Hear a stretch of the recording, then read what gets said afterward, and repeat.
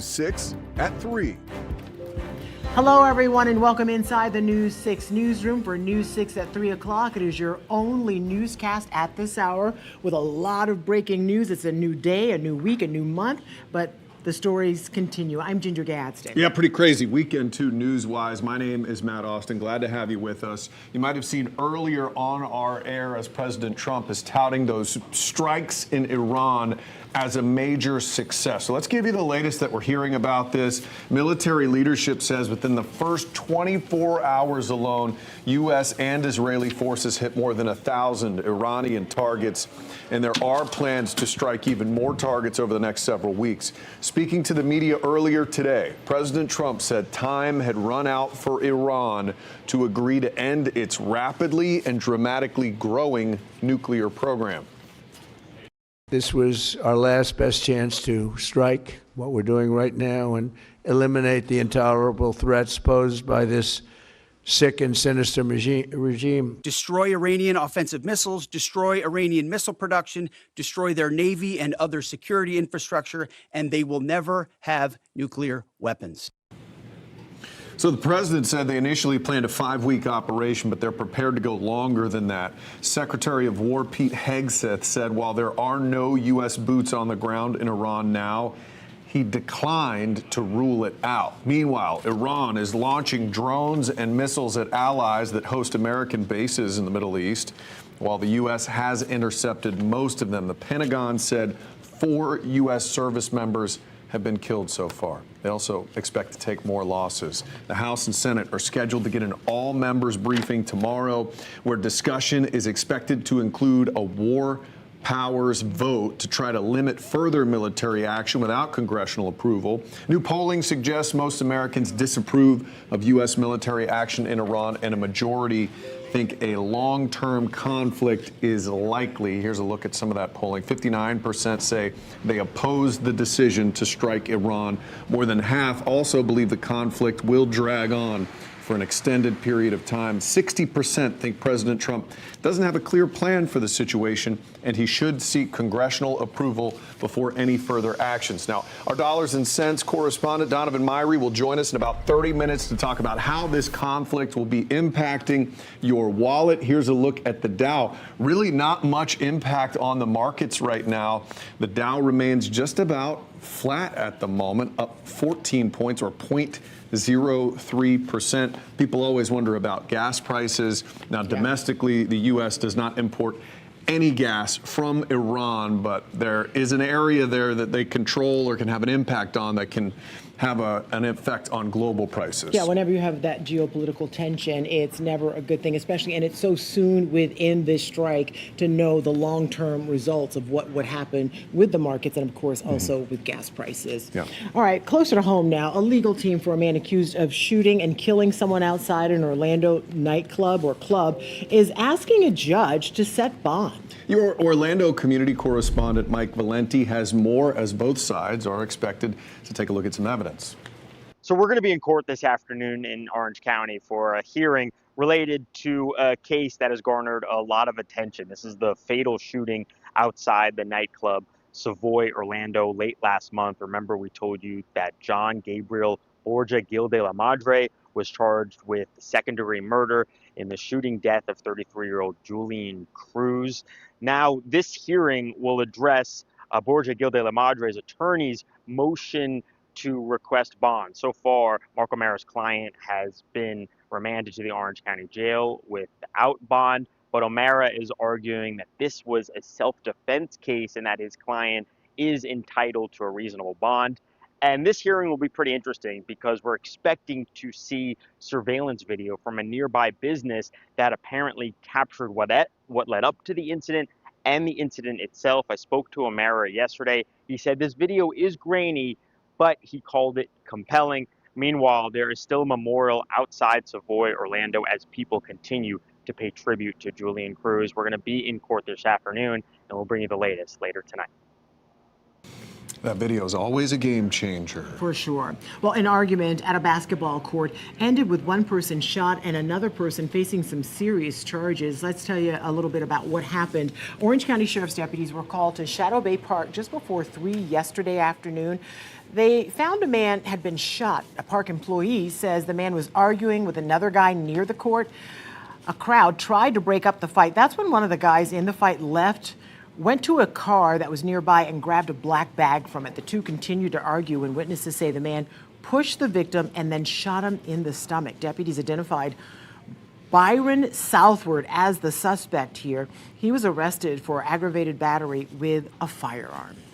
Well, a guy with a familiar name is in jail tonight, and I'm going to tell you right off the bat, it's not the guy you're thinking What? of. What a shocker. Shaken, not stirred. You know, you're going to think about that when you hear this guy's name. A Popka police officers called to the Wawa at Orange Blossom Trail and Hiawassee Road when an employee said somebody ran in, stole some beer, and then they left without paying. Officers tracked down James Bond.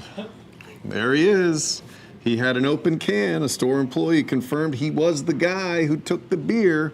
He was arrested on one count of theft because of prior convictions. Oh, boy. He's being held on $2,500 bond. That's 006 pack. 00711. It just writes Yeah, itself. we can We keep probably going shouldn't for keep days. on, though. Yeah. All right, it's your turn. Yeah. I got a little lost with that one because the James Bond name. Well, a Brevard County man is taking the word impatient to a whole new level, as we like to say. Brevard County Sheriff Wayne Ivey says fire rescue crews were working on a patient in the back of an ambulance when all of a sudden their ambulance started to move. One of them got out and saw Lane Feathergill, I should say, behind the wheel. The sheriff says he told responders he wanted the ambulance to move so he could get through the driveway.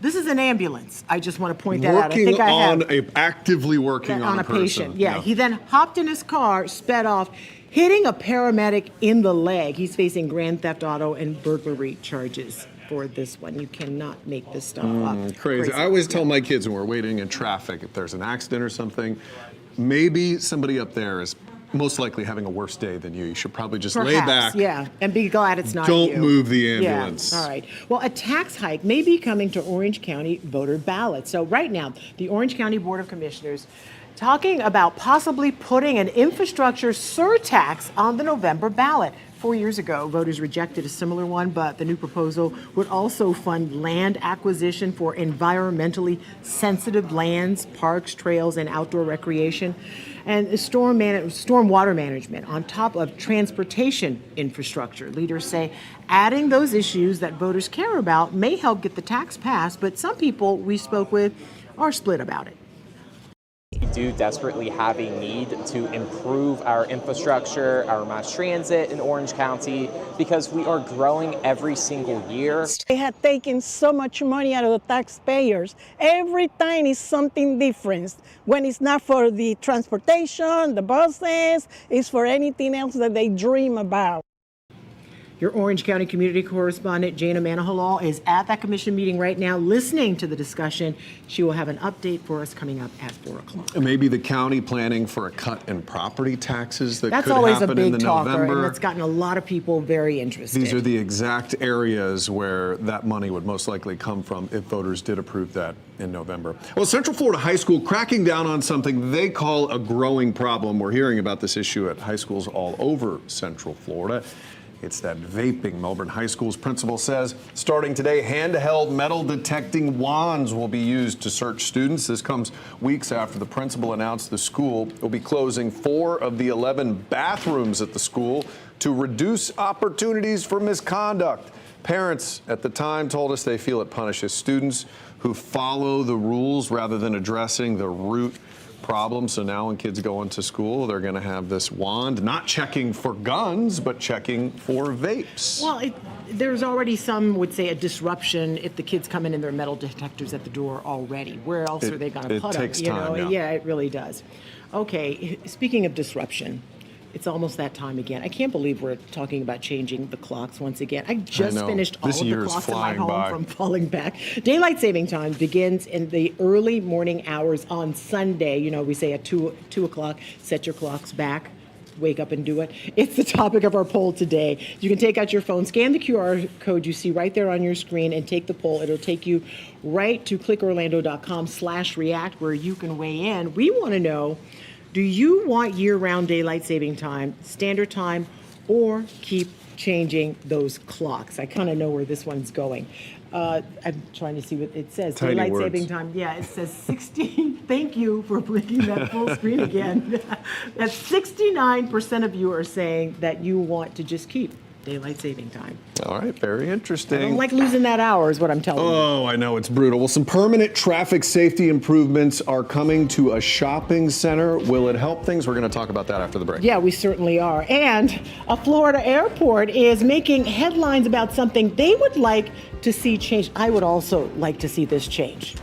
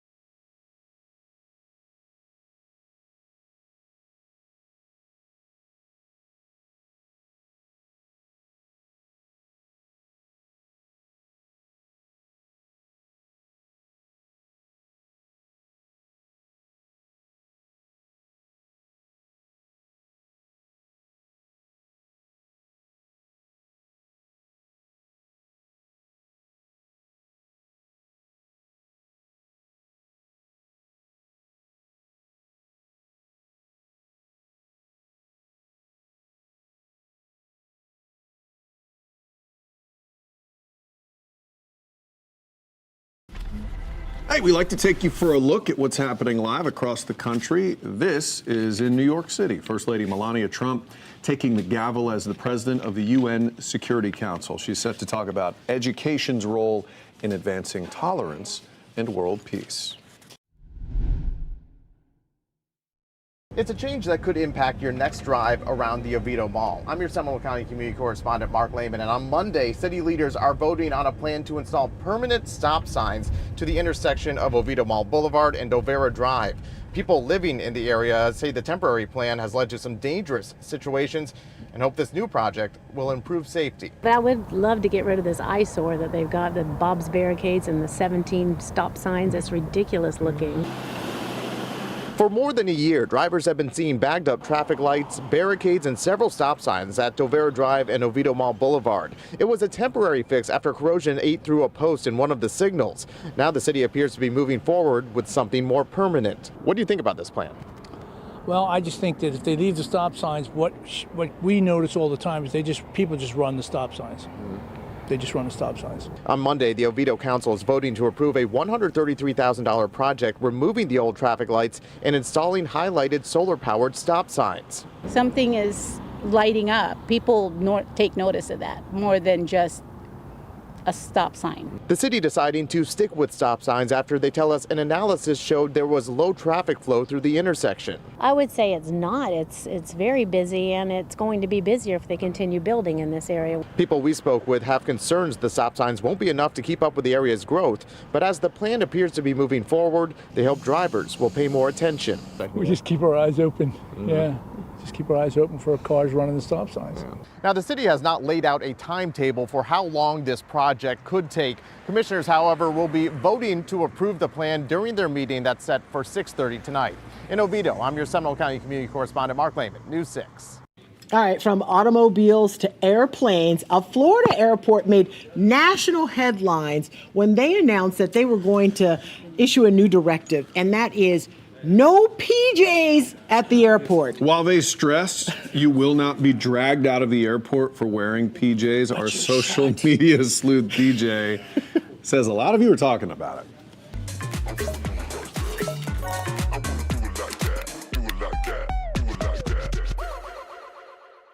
We gotta talk about airport fashion, because there's one post out there that's been seen by more than 8 million people, and it has everyone talking. You may have even seen this by now, but if you haven't, Tampa International Airport caused a social media firestorm when it put out this statement saying, "We've seen enough. We've had enough. It's time to ban pajamas at Tampa International Airport." And this got people fired up on both sides of the argument. Take a look at these responses on X. I can't decide if people who wear pajamas in public have given up on life or are living it to the fullest. I love this. Let's go back to the way it was in the 50s, 60s, and 70s. You didn't say anything about velvet. Make air travel less miserable before you ask people to be less comfortable. Is this legit? Amanda, no, it's not legit. The airport later came out and said this was all intended to just be a joke. But that didn't stop the airport fashion debate from taking over the internet for several days. So I'm gonna ask, what's the proper airport fashion etiquette? Are you the type to show up comfortable, pajamas, maybe sweats? Or do you think people should be a little more buttoned up?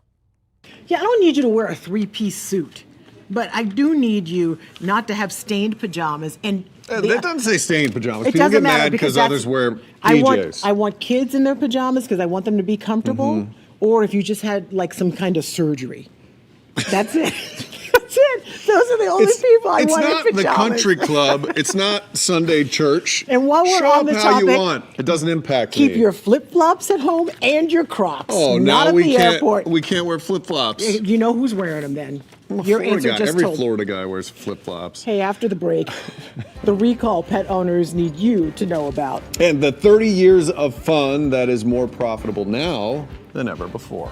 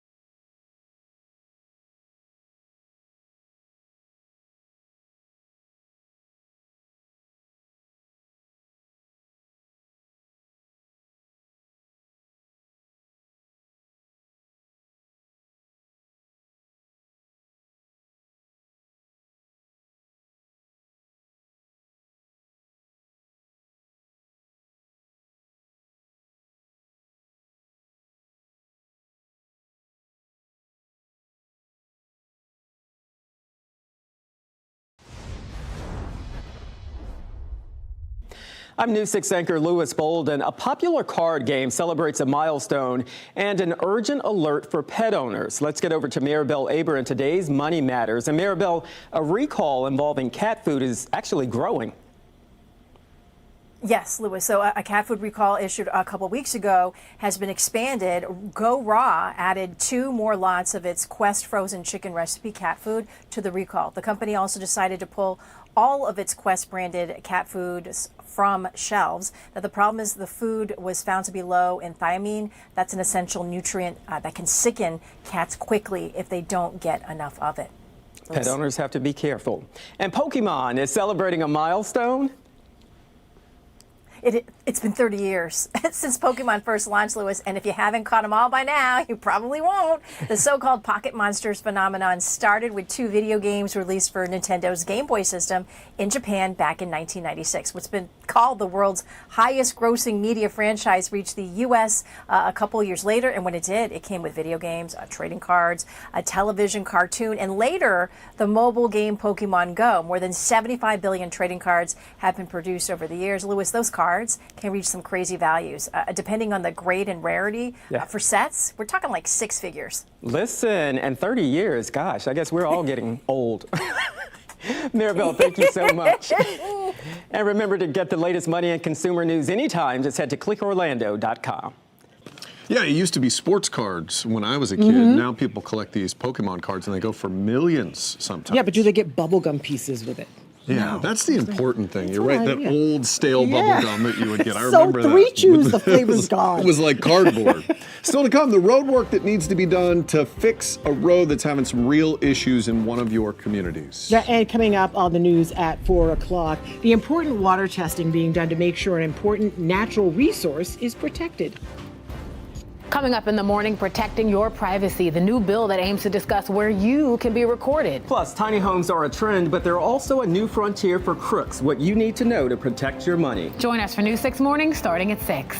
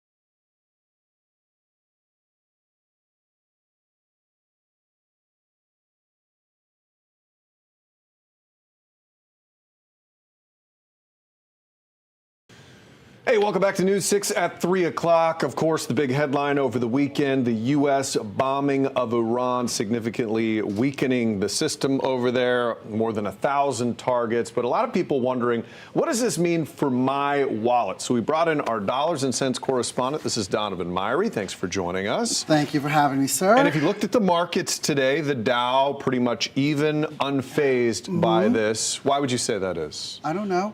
It's kind of surprising. The Dow hasn't really moved. Oil prices, they've been kind of going up per barrel. Brent crude is kind of what we kind of base everything on. They've been going up a little bit, but we haven't seen a giant like $50 a barrel or $100 a barrel jump or anything. Nothing really crazy. I mean, it's been rising, so it's just kind of on the same projection. I spoke earlier today with Mark Jenkins from AAA. He had some really, really good insights as to what's going on and what we can expect down the road. We don't have to have a shortage in oil supplies here domestically to be impacted by the supply chain interruption that could happen somewhere else, because oil is bought and sold on a global market. So factors that happen outside the United States can have a direct impact on what we pay in the United States. And in this case, there's a lot of focus on the Strait of Hormuz. That's an area where it's a major shipping channel where about 20% of the world's oil flows through. And if there's a big interruption there where ships can't get through, then oil prices will likely shoot up as a result of that. Now, Matt, let me show you what Mark was talking about, okay? This is a map of the Strait of Hormuz, okay? Saudi Arabia, Oman, Iran, Iraq, and basically everybody's going through this area, and this is the choke point right there. Let me get into a little bit more detail, okay? That's crazy. In fact, the crew, when we were like getting ready to do this, they said, that's a little bit worried. There's a lot going on there. There's a lot going on there, but you can see really what we're talking about. Your key exporting countries, Saudi Arabia, Iraq, UAE, Kuwait, Qatar, and Iran.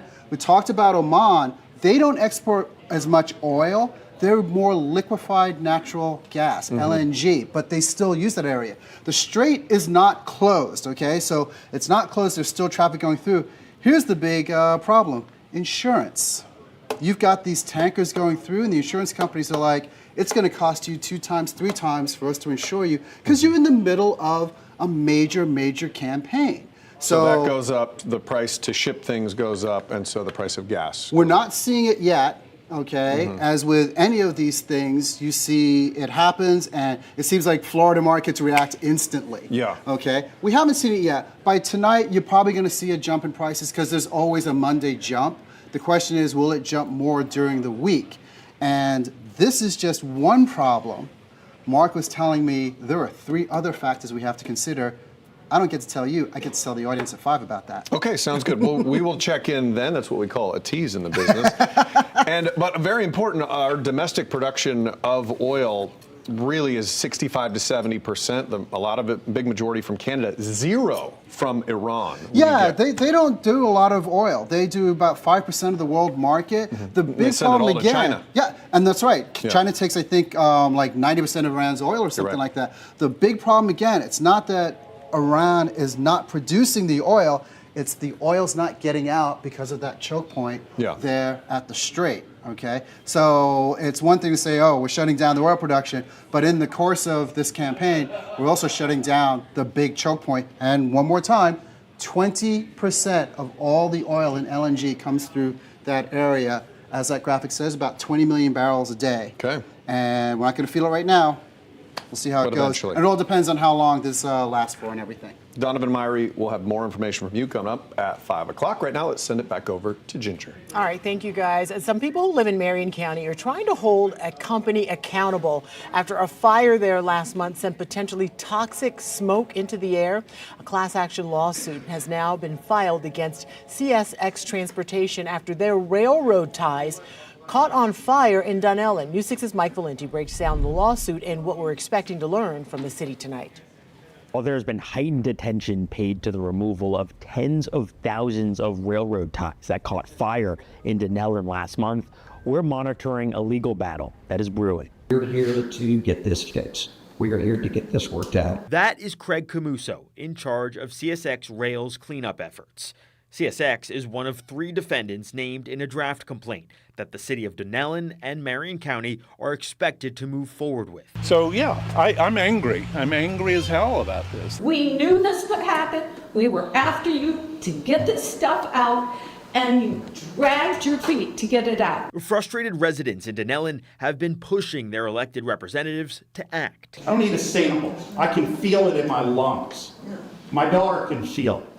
It was throughout my house. My house smells like it. The Florida Department of Environmental Protection says that based on sampling conducted to date, there is no indication of a threat to public health. And the drinking water, they say, has not been affected. Again, we're waiting and hoping for a concrete update from the city of Dunellen later tonight. I'm News 6's Mike Valenti. Back to you. Well, picture this, water rising up from the ground, and it's happening so much in one place that it's starting to crack the road. Yeah, but leaders say they do have a plan to fix it. Your Orange County community correspondent, Tylisa Hampton, takes a look at the changes that are coming. Well, it's a roadway issue along Valencia Shores that city leaders say they will now work to fix. I spoke with people who live in this area. They tell me that hopefully this solves the problem. I don't know, when I first moved here, it didn't seem like it was as bad as it is now. David Daffron has lived in the Valencia Shores neighborhood for more than 30 years, but when he looks at the road in front of his home, he sees crack after crack. You can tell that something's not right with it. The problem in this subdivision, developed in 1970, goes deeper, according to Winter Garden's city engineer. The roadway was recently resurfaced, and the pavement is now starting to float from high groundwater.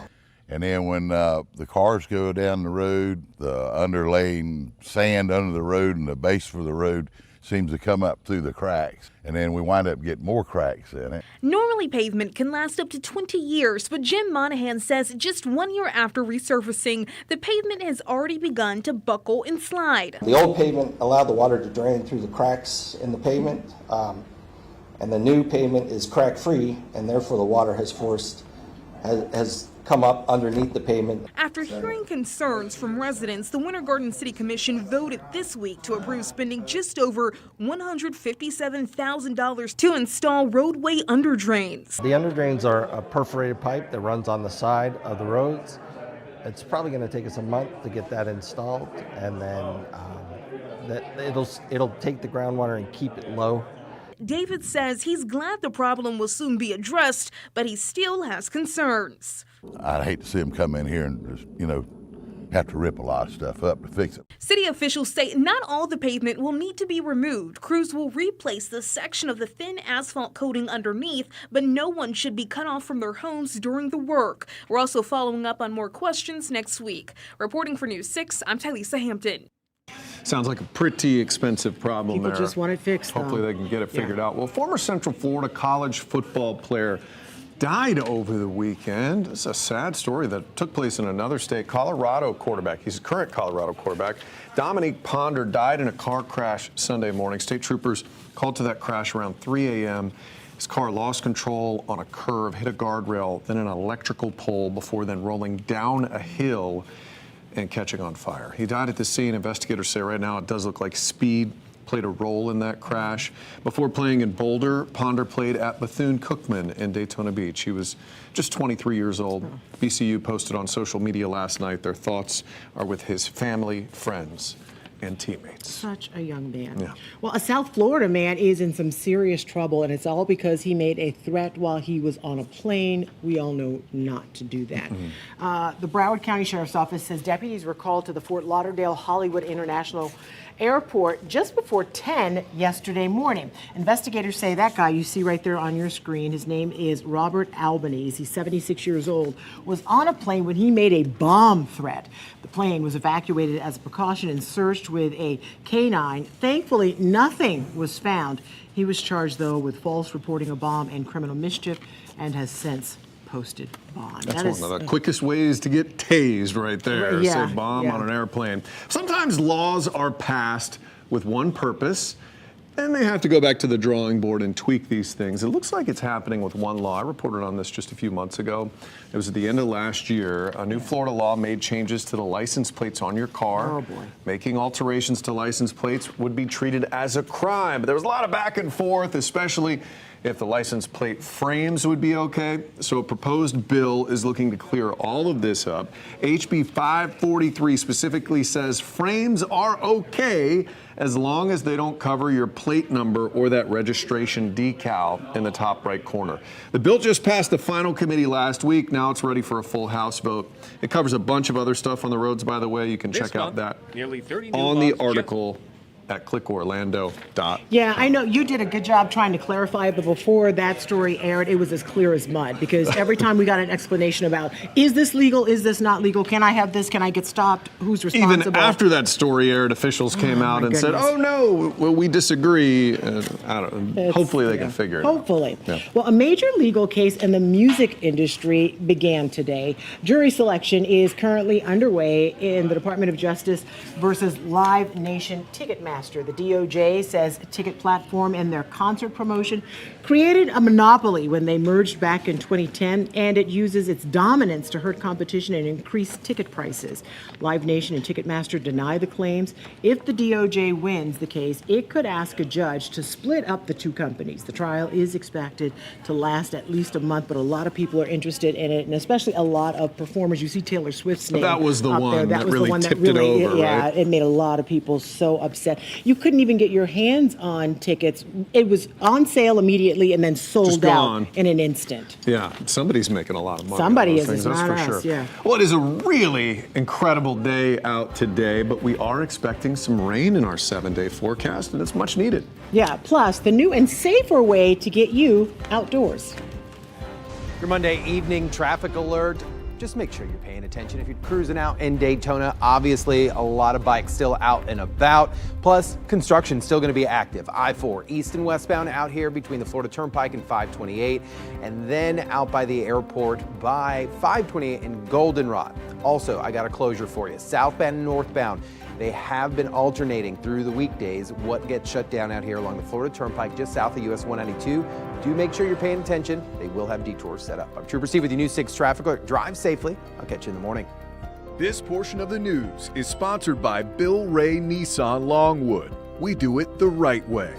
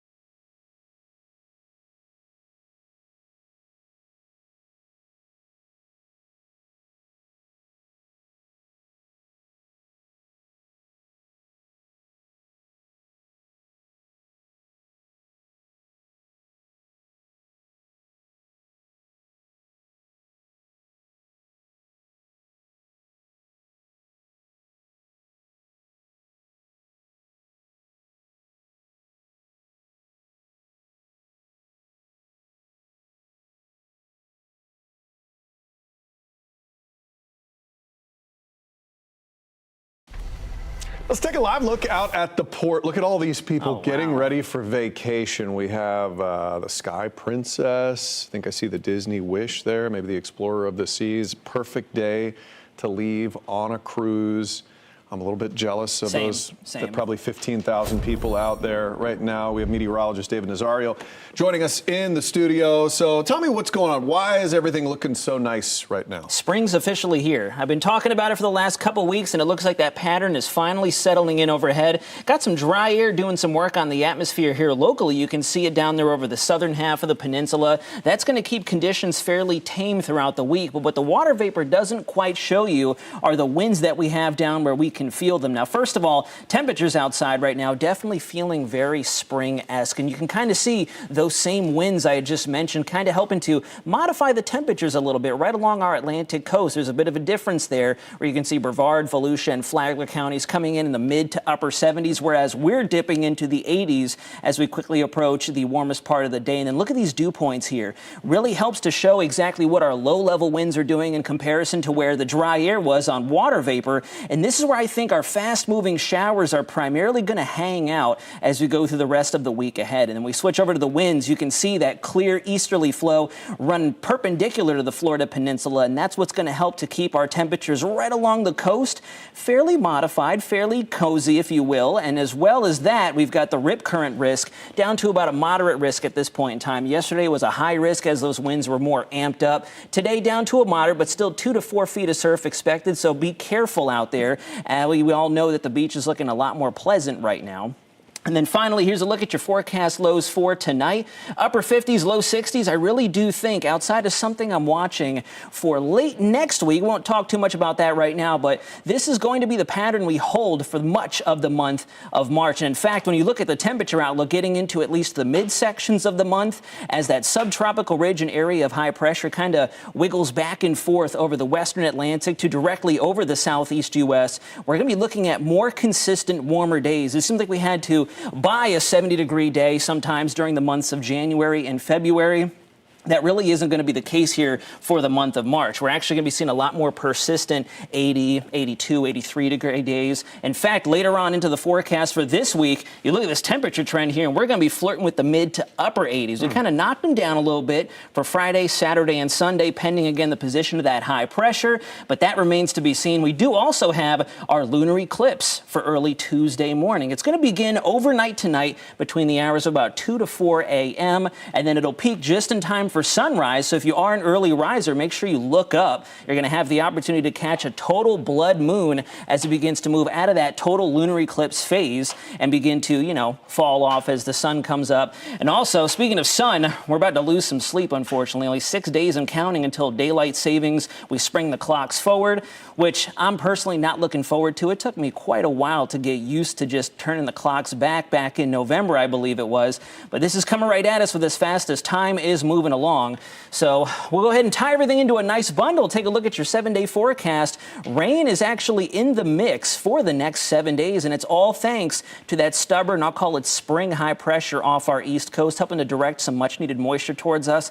The only problem here is it's going to be very isolated in nature and pretty much right along the coast for most of the week. Everything else is going to dry out as it continues to move further inland. So the drought and the fire risk are definitely going to continue to be growing concerns. Well, we need that water, so hopefully that rain will come down. Good way to track it is with the app, right? The News 6 weather app, absolutely. Make sure you download that, track everything hot or rain related as we get through the month of March and get closer to our rainy season, hopefully. I am standing on the brand new Lake Apopka Connector Trail here in Orange County. I'm your Orange County community correspondent, Jana Manahwal, and this trail is huge and fantastic because it's not only for bikers or walkers, it's also for horses. 1, 2, 3. So this brand new trail will serve as a connector between Lake County and Orange County, and this trail is long. The brand new construction is 3 out of 4 miles for this trail.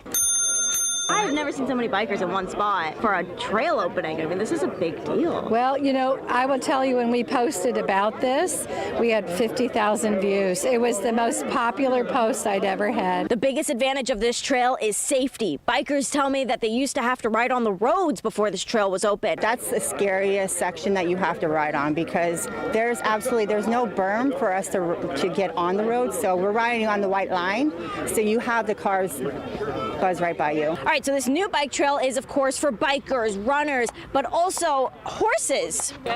You feel safe with the bike riders and how fast they go? They're usually pretty good about everything. So you're probably wondering, with bikers and runners, there's got to be some sort of safety risk with having horses on this trail as well. But Mayor Jerry Deming says not so much. The horse riders have to be responsive in what they're doing, just like the children and the bicycle riders and everything. So one of the things that we do through our Parks and Recreation Department is teach about the safety-related issues. What do you think about the fact that there's horses on this bike trail? I think that kind of surprised me. I don't see their bikes, so I guess they could just walk. It's really exciting because I actually was part of the team that designed it, so to see it all come to fruition, it's kind of surreal. The trail is free for everybody to use, so come on out and join me. For now in Orange County, I'm Jada Manilow, News 6. She's still that's pretty running. cool. I Yeah. love the idea of a safe way to get from one place to another on a bike trail. And I think It's if my really kids nice. were out riding their bikes and saw some horses. Yeah, if you got to coming ride down, next to a horse, That'd be exciting. That my would be kids to really ride their cool. bikes Just more. behave, Yes, everybody, yeah. All right, well, it has been more than a month since a boat capsized on a Flagler County beach. 2 adults and a child were pulled from the boat by first responders. But that boat is still stuck on shore. And as our Flagler County community correspondent Molly Reed explains, you're probably going to end up paying the bill.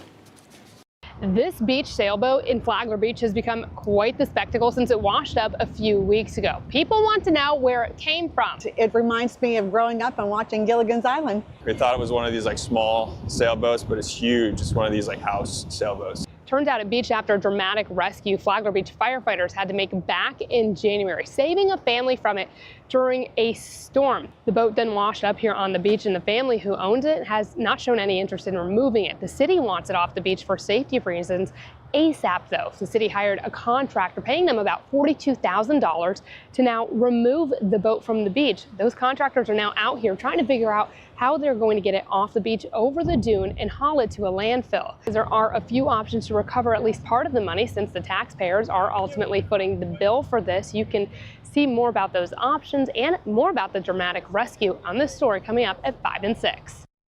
Maybe a tow company could just volunteer to. I don't think. I know. Volunteer? That's an expensive job. It really is. $100,000. I'm just putting it out there. You never know. All right. Well, maybe you could go out there. I don't know. Yeah. Do I look like I have a tow thing? Use your boat. There you go.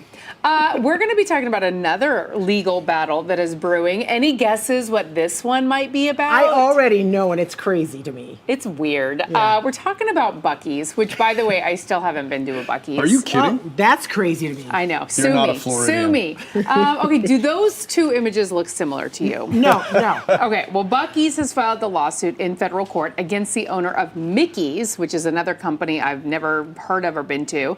The company says the Ohio-based convenience store chain Mickey's the Moose mascot is too close to Buc-ee's the Beaver mascot. Right.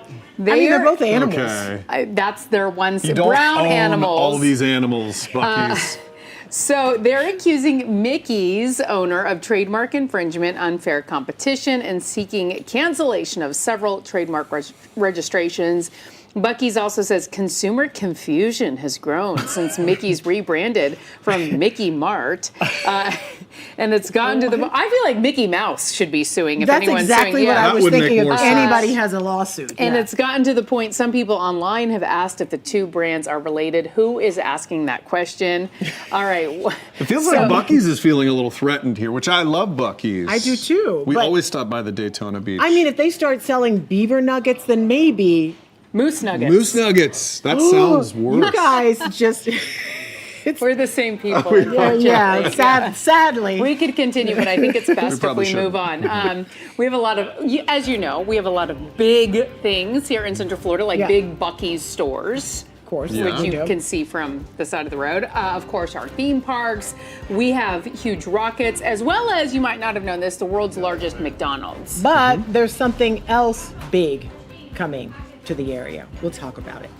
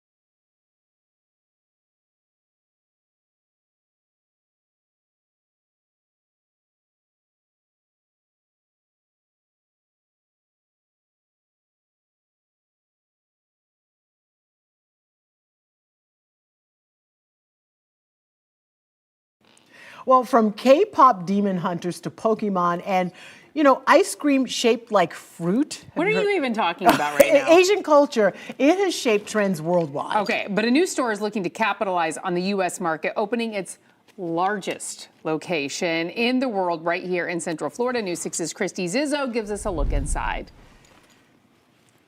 The line wrapped around an old Walgreens building Friday, half an hour before the new Ibisu Life opened in Orlando. Dozens of people waiting to try their luck at the rows of blind boxes, claw machines, and capsule games. Ibisu is one of the 7 Japanese gods of fortune, and the owners of this store, the biggest in the world, they're hoping the Orlando market will be a gold mine. The special we have is anime figures. They are from Bandai company from Japan, which I knew is like we're the only store carry those kind of product. Ibisu Life is the latest Asian lifestyle store to open in our area.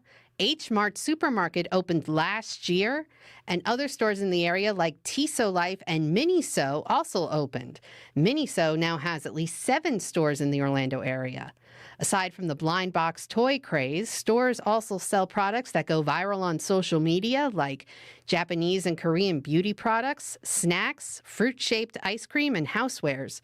And while Central Florida's Asian population jumped 33% according to the last U.S. Census in 2020, They're not the only ones loving these stores. I think a big part of it really is the adoption of, Asian cultural, things such as anime and Korean pop music.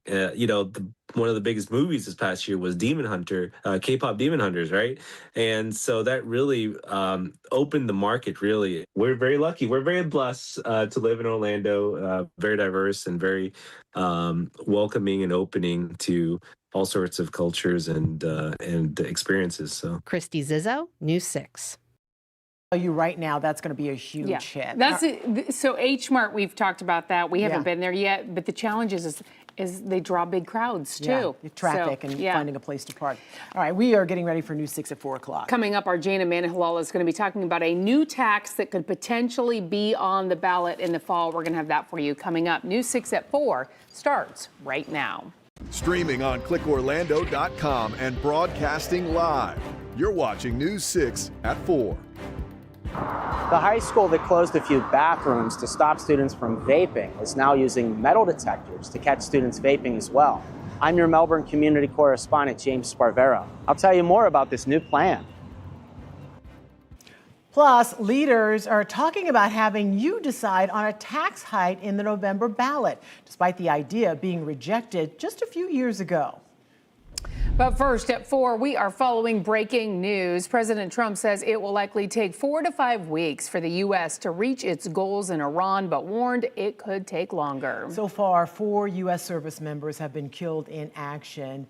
Olivia Rinaldi reports from Capitol Hill, where members of the Trump administration's National Security Council are meeting with top lawmakers this evening.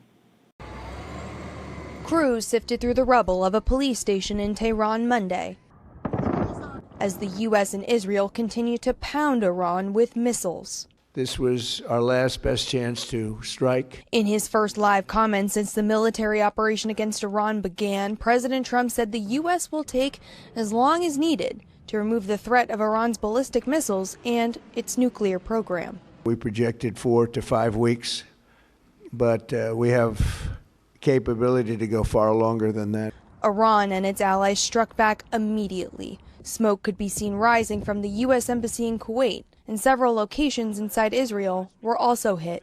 At a Pentagon briefing on Monday, Defense Secretary Pete Hegseth confirmed the first U.S. casualties. It happened to hit a tactical operations center that was fortified, but these are powerful weapons. The chairman of the Joint Chiefs said there may be more casualties. We will work to minimize U.S. losses, but as the Secretary said, this is major combat operations.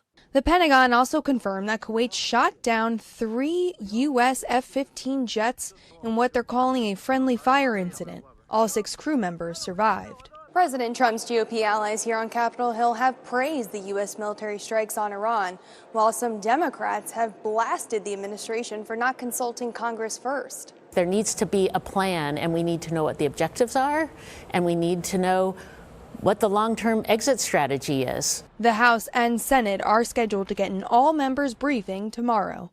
Olivia Rinaldi, CBS News, Capitol Hill. Reactions to what's going on overseas are pouring in now. At Stop the War rallies across the country, protesters are objecting to U.S. military action in Iran. Meantime, as many Iranians living in the U.S. celebrated news of the supreme leader's death, some are also expressing concern. I'm happy, but also worried because we're not certain of what's coming. If you're really anti-war, help us to end the root cause of the war, the Islamic Republic. Ripple effects from continued strikes on Iran have rocked financial markets. Oil prices were up more than 8% today, and natural gas futures spiked 42%. At least 20% of the world's oil supply travels through the waterway off the Iranian coast. Now, industry experts say higher crude oil prices could trickle down and impact gas prices for drivers here in the U.S. within just a couple of weeks. Of course, we will be staying on top of the strikes against Iran here on News 6 and clickorlando.com. Brevard County's crackdown on students vaping just went to another level at a major high school. We first told you last month how Melbourne High School closed bathrooms to deter kids from bringing vapes to school. Your Melbourne community correspondent James Barbero tells us the new measure the principal is taking and what could be a long-term solution to the problem in schools. The high school that closed a few bathrooms to stop students from vaping is now using metal detectors to catch students vaping as well. Melbourne High School students have already been going through metal detectors for the last year and a half to scan for weapons. In fact, this was the first Brevard County high school to use the open gate system. Now the principal says metal detecting wands will be used to find vapes on students. Principal James Kirk's email to families on Sunday reads, "These devices allow administrators to determine whether a student may be concealing contraband in their clothing without making physical contact with them, offering a respectful and minimally intrusive method of ensuring safety." The vaping epidemic is... Melbourne High is in school board member Katie Campbell's district. She said this about student vaping at last week's board meeting. It's not going away, and parents really need to be involved in recognizing the dangers. With 4 out of 11 bathrooms closed now on this big campus, plus being wanded now, some of those parents have talked to us about their kids, worrying they won't have enough time to go to the bathroom between classes now. Some parents say don't punish the kids who just want to use the restroom. Absolutely. And that's the key, right? So what we want to do is find a way to make sure that those kids are able to use those restrooms and they're not going to be inhibited by the couple of kids that make a poor decision to go ahead and vape. And school board chairman Matt Susan told me those solutions could include vaping sensors in bathrooms. Right now at Mel High, Susan told me that staff members are wanding students every time they go to the bathroom. Sensors could let the staff get back to their regular jobs. Susan's hoping the district will be ready to roll out that new technology in about a month, so we'll keep you updated. In Brevard County, I'm your Melbourne community correspondent James Sparvero, News 6. James, thank you. Prosecutors are now formally charging 2 men for a deadly shooting at a park in Leesburg. This happened in December in Berry Park. Police say they found 18-year-old Juan Gomez inside his car. Last month, investigators say they were questioning Deontre Wright and James Fenderson about the shooting. At the time, they were named as persons of interest. Now we are learning they are both formally being charged with murder. They remain in jail on no bond. We're also working to learn more about a shooting at a basketball court. It happened yesterday afternoon at Shadow Bay Park in Orange County. Deputies say they found a man shot there. A park employee told them they saw 2 men arguing near the court benches. That's when he saw a fight break out and a crowd trying to stop it. Deputies say the employee told him he then saw a guy in the fight go to a car and grab a gun. Witnesses says they saw the man push the victim and shoot him in the stomach. Byron Southward was arrested for aggravated battery with a firearm. He remains in jail this afternoon. And Justin at 4, the lawyer for a man accused of a deadly shooting, showed us some video in court today. He says it shows the moments before it all happened. Attorney Mark O'Mara says video shows the client acted in self-defense in the video you're about to see and should not be let out on bond. The shooting happened 8 days ago near the Savoy Nightclub. That's in Orlando's Ivanhoe district. Here's the video we were talking about. A man was killed. The suspect was arrested and has been behind bars ever since. Right now, that suspect is in court trying to get bond. News 6's Mike Valenti is there as well. He'll have an update for you on what happened in just under an hour coming up on News 6 at 5. Well, you could soon be deciding on a tax hike in Orange County. Right now, leaders are talking about putting an infrastructure surtax on the November ballot. News 6's Jana Manahalal joins us now live outside the Orange County Administration Building with more on this proposal. Jana? Yeah, guys, I just stepped out of this meeting because it's still happening inside. Orange County commissioners are still discussing whether or not to put this government infrastructure surtax on the ballot in November 2026. But in simple terms, what this means for you is an increase in your taxes if you were to vote for it. Now, like I said, the meeting is still happening. It's been happening since about 1 p.m. this afternoon, and we've been here since the start of it. But here's what I can tell you so far that's happened in this meeting. The Orange County commissioners did receive a presentation regarding a public opinion survey they took. Now, this survey was 812 residents, and the new tax that's proposed would either be a half-cent tax or a whole cent tax. Now, this is important. It's important to note that this is not the first time Orange County has tried to do this. Back in 2022, the focus of a tax increase would support transportation only. But this new tax, if it's approved, would support things like stormwater and water quality improvements, affordable housing support, public facilities, still that transportation, and public land use. And there's more on that as well. But during public comment, we heard from residents who support this and do not support this. But according to the Trust for Public Land, which is the team that leads the public survey, they found that 62% of voters would be in support of a half-cent tax increase. They also found that if the taxes were used for conservation and parks usages, they were 60% more likely to have support of the proposal. Now, let me break this down for you in numbers because they're pretty big. The half-cent tax would approximately raise $379 million per year from this tax. And if a whole cent tax was implemented, well, it would double to $758 million. Now, Orange County residents, you would only pay about 11% of this. The rest of the taxes would come from non-business entities, visitors, and other businesses in the area. Now, we'll keep you updated as we get more information from this meeting. We're going to head right back inside to keep hearing what they're talking about, and we'll keep you posted here and on clickorlando.com. For now in Orange County, I'm your community correspondent, Jana Manahal, News 6. Jana, thank you. Breaking news at 4. News 6 has learned a prank led to a lockdown this afternoon at an Orange County high school. The sheriff's office received a call about a shooting at University High School that's near UCF. Orange County Sheriff's deputies are at the school right now. They searched the grounds and found there is no threat. Again, law enforcement says this all turned out to be a prank. A nearby elementary school and a technical college were placed on a hold during this investigation. Tens of thousands of burned railroad ties are gone, but now a lawsuit is brewing. This is all in response to a fire, this one that sent thick smoke into neighborhoods. The next big update expected tonight. That's coming up. I was a professional harpist for a long time, like a music major, like not in the science world, and I can still be out here.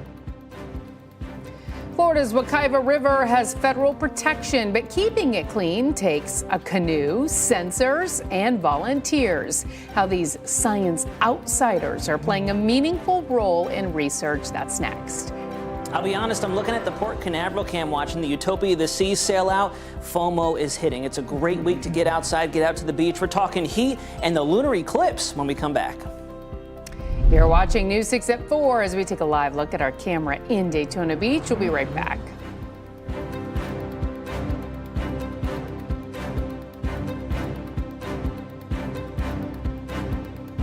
This portion of the news is sponsored by Seminole Hard Rock Hotel and Casino.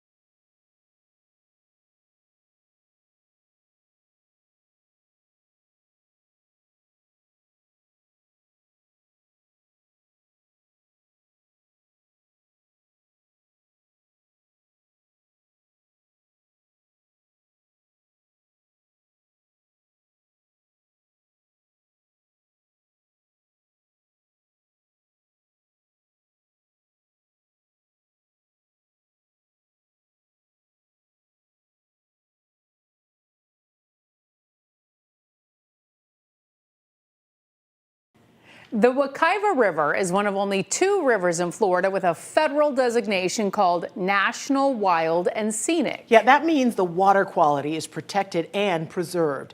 To do that, it takes continued monitoring. And as News 6's Paul Giorgio shows us, anyone can help. So we are going to be in canoes today, and they are 3-person canoes. If you think data is boring, Does everybody have paddling experience? Yes. try gathering it in a canoe. Although, knock on wood, nobody's ever flipped a canoe. Yeah, This is going to be so fun. The Wekiva River is an outdoor lab like no other. Oh, there's a little gator right over here. And here, science is fun. It's a privilege to be out here so much. Once a month, Michelle Jameson leads a group of community scientists as they paddle their way out to collect samples. This is the dissolved oxygen meter. It's called Springs Watch. They drop sensors in the water So this is reading the dissolved oxygen in the water. and record the readings. 374.5. The group tests oxygen levels, ion levels, temperature, and water clarity. And all the information collected today can be found here on the Springs Institute website. Everyone here is a volunteer. Well, I am actually a tutor, so I work in the afternoons. I was a professional harpist for a long time, like a music major, like not in the science world, and I can still be out here. But these science outsiders play a meaningful role in research. I imagine that it's been really hard to have enough employees to monitor all of these so often, and getting volunteers trained on how to do this, I think, is a really smart idea. And it's fun. You're out on the water and enjoying the sun and all this wildlife and biodiversity with other enthusiasts. Like it's a really great day. Well, real quick, I really want to thank everybody so much for coming out today. At Wekiva Springs State Park, Paul Giorgio, News 6.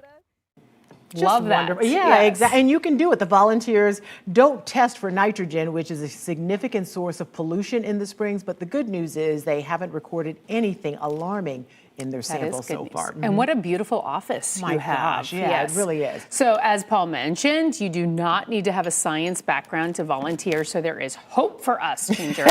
We posted information on how you can help in this story on clickorlando.com. Wouldn't it be sad if they turned down free help? I think they might if they see us show up there.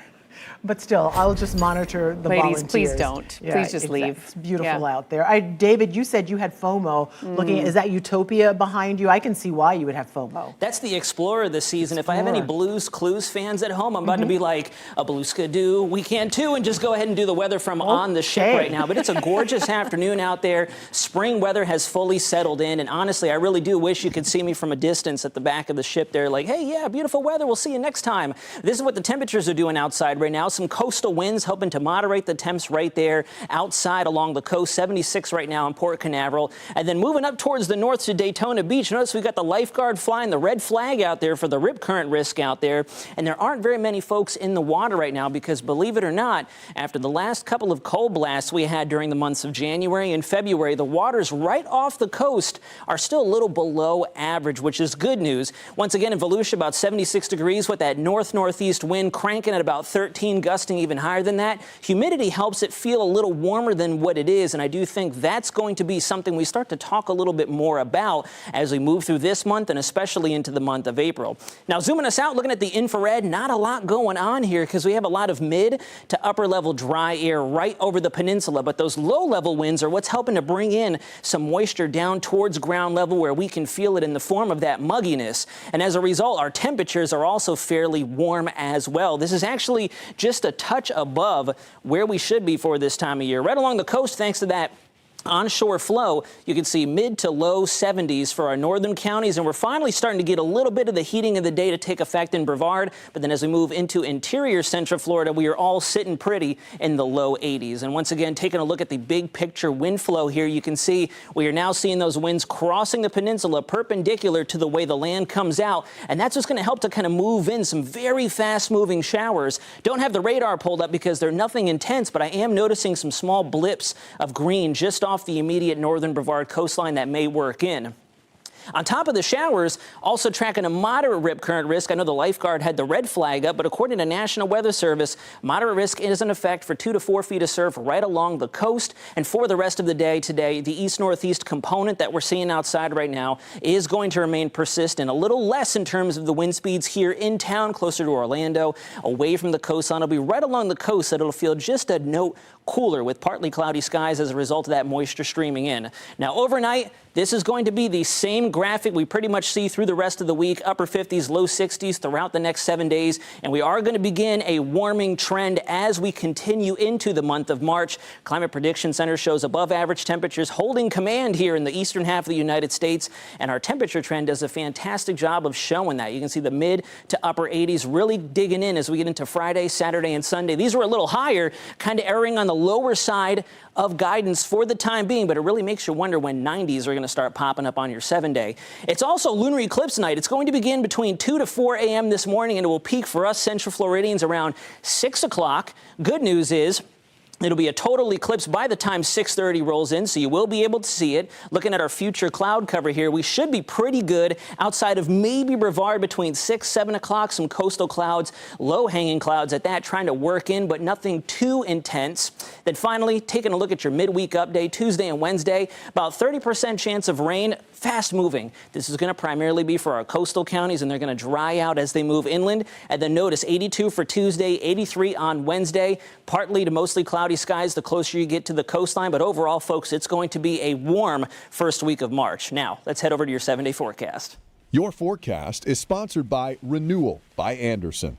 So it is exciting to see rain chances in the mix for the next 7 days, albeit fairly low. I would argue 80 to 90% of us are not going to see any rain. And if you do, it's going to move in and out very quickly in the blink of an eye. The big talk is going to be the temperatures. It's kind of like putting Central Florida under a magnifying glass over the next 30 days. Back to you all at the desk. All right, David, thank you. Deputies say scammers took $6,000 from an 85-year-old, then called back for more money. That's when investigators stepped in, how they were able to track down the scammers. That's next. This portion of the news is sponsored by Light Orlando.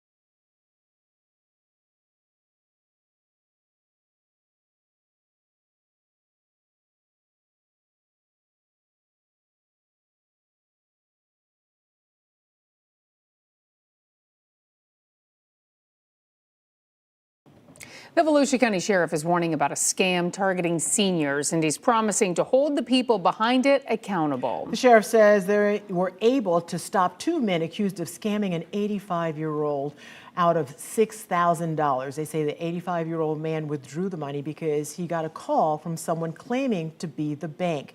An Uber driver then picked up the $6,000 and delivered it to a home in Daytona Beach. Now, deputies say when one of the suspects called back the next day asking for even more money, that's when they stepped in. They prepared a fake package and tracked the delivery to the same address.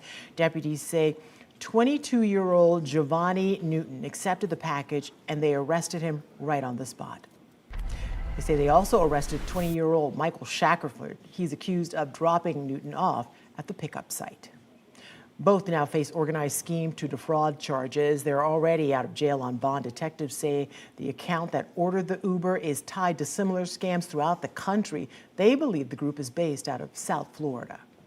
A new plan to turn more than 300 empty properties into single-family homes is officially up and running. We told you about Orlando's Open Door program last week when it was approved. The 3-year pilot program plans to turn more than 300 vacant lots in downtown and near Orange Blossom Trail into single-family homes. The goal is to price the homes at $375,000 or less. This means it would target working families like teachers, nurses, or first responders. So these lots have been for over a decade. This isn't something new. I want to make sure that, there's a stake in the game. There's more ownership opportunities. For me, bridging a long time wealth gap. Under the program, buyers could receive $45,000 in down payment assistance, with another $10,000 available for first responders. Buyers would be required to live in the home as their primary residence for at least 5 years. The program will run through January 2029 or until funding runs out. The new website is now live, providing application details for builders and home buyers looking to participate. Those interested can visit orlando.gov/open door for more information to see the eligibility requirements. People living in one Central Florida neighborhood say they are still feeling the health impacts from a large fire. The class action lawsuit they're now filing. Next. Plus. That's the scariest section that you have to ride on because there's no berm for us to get on the road. So we're riding on the white line. So you have the cars buzz right by you. A new way to run, walk, ride a bike, or even a horse without having to worry about cars. The new trail that just opened, that's next.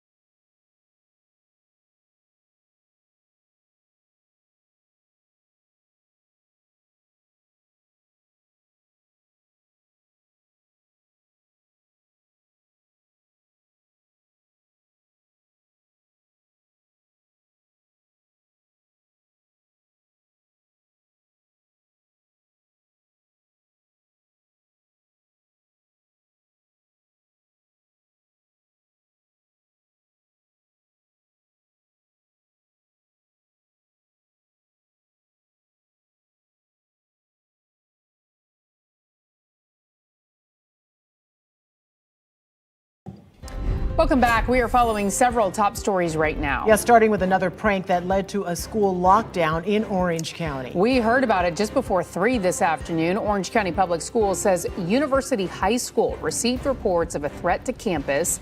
Law enforcement immediately responded and found no threat. The sheriff's office says they determined it was a prank. Deputies say students were being let out around 3:30 and there was no longer a threat to the campus. In Brevard County, Melbourne High School continues to crack down on vapes. The school previously closed down bathrooms and is now using metal detecting wands to catch kids with the devices. School Board Chairman Matt Susan tells our James Sparvero they are considering vape detectors in the bathroom as well. Susan says sensors could roll out in about a month. And in Orange County, leaders are working to decide right now if they will add an infrastructure surtax to the November ballot. The half or full cent sales tax would help stormwater and water quality improvements. We'll let you know as soon as they make a decision. We have some breaking news now on the war in the Middle East. The U.S. military death toll has now risen to 6. The Pentagon says 2 bodies were found today. They were killed in Iran's initial counterattacks on Gulf countries that host U.S. troops. We've also learned another 18 U.S. service members have been seriously wounded since Saturday. We're posting the latest from the Middle East on our website. You can find that information on clickorlando.com. Well, people living in Marion County are filing a class action lawsuit in response to this railroad tie fire that happened last month in Dunellen. They've recently packed city council meetings. They're concerned about the long-term health effects from that fire that sent thick smoke into nearby neighborhoods. Now, the next highly anticipated meeting is tonight at 5 o'clock. News 6's Mike Valenti explains what we can expect. While there's been heightened attention paid to the removal of tens of thousands of railroad ties that caught fire in Dunellen last month, we're monitoring a legal battle that is brewing. We're here to get this fixed. We are here to get this worked out. That is Craig Camuso, in charge of CSX Rail's cleanup efforts. CSX is one of 3 defendants named in a draft complaint that the city of Dunellen and Marion County are expected to move forward with. So yeah, I'm angry. I'm angry as hell about this. We knew this would happen. We were after you to get this stuff out, and you dragged your feet to get it out. Frustrated residents in Dunellen have been pushing their elected representatives to act. I don't need a sample. I can feel it in my lungs. My daughter can feel it. It was throughout my house. My house smells like it. The Florida Department of Environmental Protection says that based on sampling conducted to date, there is no indication of a threat to public health. And the drinking water, they say, has not been affected. Again, we're waiting and hoping for a concrete update from the city of Dunellen later tonight. I'm News 6's Mike Valenti. Back to you. Just in the past few hours, the man accused of driving drunk and hitting a motorcyclist on I-4 faced a judge. Troopers say Edwin Reyes had a blood alcohol level almost 3 times the legal limit when he injured that motorcyclist over the weekend and then tried to hide. Troopers say they later found him hiding in the woods with the help of a sheriff's office drone. The crash shut down westbound I-4 through Seminole County for hours. Sir, would you please tell us your name?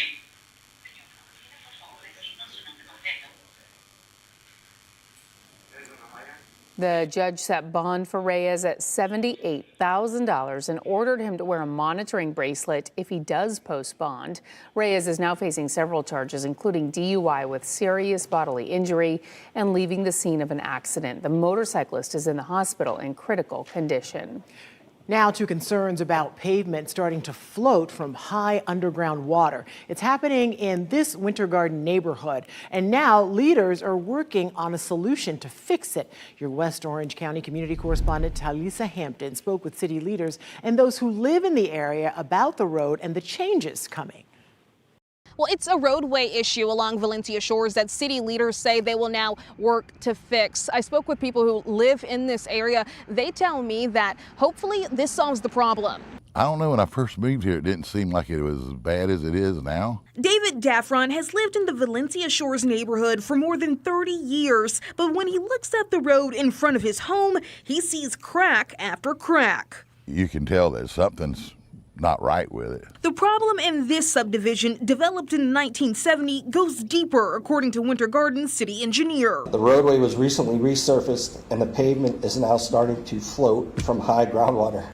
And then when the cars go down the road, the underlaying sand under the road and the base for the road seems to come up through the cracks. And then we wind up getting more cracks in it. Normally, pavement can last up to 20 years, but Jim Monahan says just 1 year after resurfacing, the pavement has already begun to buckle and slide. The old pavement allowed the water to drain through the cracks in the pavement, and the new pavement is crack-free, and therefore the water has come up underneath the pavement. After hearing concerns from residents, the Winter Garden City Commission voted this week to approve spending just over $157,000 to install roadway underdrains. The underdrains are a perforated pipe that runs on the side of the roads. It's probably going to take us a month to get that installed, and then it'll take the groundwater and keep it low. David says he's glad the problem will soon be addressed, but he still has concerns. I'd hate to see them come in here and just, have to rip a lot of stuff up to fix it. City officials say not all the pavement will need to be removed. Crews will replace the section of the thin asphalt coating underneath, but no one should be cut off from their homes during the work. Reporting for News 6, I'm Tylisa Hampton. And as you might imagine, this story is getting a lot of attention on clickorlando.com. People are sharing their thoughts on the solution here. One person commented, "Poor overlay choices, do it over." Hunter posted, "Road pavement that floats due to high groundwater indicates drainage problems." He said he worked several years in stormwater management system permitting for the South Florida Water Management District. Now you can share what you think in the comment section within this story. You'll find it on clickorlando.com. Some good news for bicyclists, runners, walkers, even horseback riders. A new trail is now officially open, offering a safer way to exercise outside. Leaders officially opened the Lake Apopka Connector over the weekend. Your Orange County community correspondent Jana Manahalal was there to see exactly what your tax dollars paid for. 1, 2, 3. So this brand new trail will serve as a connector between Lake County and Orange County, and this trail is long. The brand new construction is 3 out of 4 miles for this trail. I've never seen so many bikers in one spot for a trail opening. I mean, this is a big deal. Well, I will tell you, when we posted about this, we had 50,000 views. It was the most popular post I'd ever had. The biggest advantage of this trail is safety. Bikers tell me that they used to have to ride on the roads before this trail was open. That's the scariest section that you have to ride on, because there's no berm for us to get on the road. So we're riding on the white line, so you have the cars buzz right by you. All right, so this new bike trail is, of course, for bikers, runners, but also horses. You feel safe with the bike riders and how fast they go? They're usually pretty good about everything. So you're probably wondering, with bikers and runners, there's got to be some sort of safety risk with having horses on this trail as well. But Mayor Jerry Deming says not so much. The horse riders have to be responsive in what they're doing, just like the children and the bicycle riders and everything. So one of the things that we do through our Parks and Recreation Department is teach about the safety-related issues. What do you think about the fact that there's horses on this bike trail? I think that kind of surprised me. I don't see their bikes, so I guess they could just walk. It's really exciting because I actually was part of the team that designed it, so to see it all come to fruition, it's kind of surreal. The trail is free for everybody to use, so come on out and join me. For now in Orange County, I'm Jana Manahalal, News 6. Well, safety was top of mind this morning as Orange County opened a brand new fire station. Station 32 will service West Orange County. It's a new permanent location. The station previously operated out of a public shopping center since 2005. Leaders with the station say it marks a significant investment in both the community and fire rescue personnel. They say it also offers enhanced health and safety features and strengthens Orange County fire rescue ability to serve the community. These firefighters will save lives, no doubt, every day here within this community. Families expect that when they call for help, someone will be there. They expect readiness and they expect professionalism. But that level of service does not happen by accident. It requires decades of planning, resources, and a long-term commitment to supporting our community and the people who do this work every day. Now, this isn't the first news station in the last year in Orange County. In December, Orlando Fire broke ground on Fire Station 18. That station sits along Luminary Boulevard and Nakusi Road. It was the first new fire station in the city since 2008. The city says they plan to build 4 new stations and renovate several existing ones over the next few years. A popular restaurant chain is getting ready to shut down. But depending on where you live, it could turn into a steakhouse or an Italian restaurant. The change is on the way. That's coming up. Plus, we just keep our eyes open. Yeah, just keep our eyes open for cars running the stop signs. neighbors say a temporary intersection near the mall has turned dangerous. The changes leaders are considering. That's next. David. We've got some sneaky showers trying to get into southern Volusia and upper Brevard County. Fast movers, but they're already dissipating. This is exactly what I'll be talking about for the week ahead, as well as your full forecast for not only the lunar eclipse, but the first week of March. And as we head to break, we want to remind you to check out our primetime schedule on News 6 Plus. We have a new take on the day's news on News 6 tonight. That's at 9.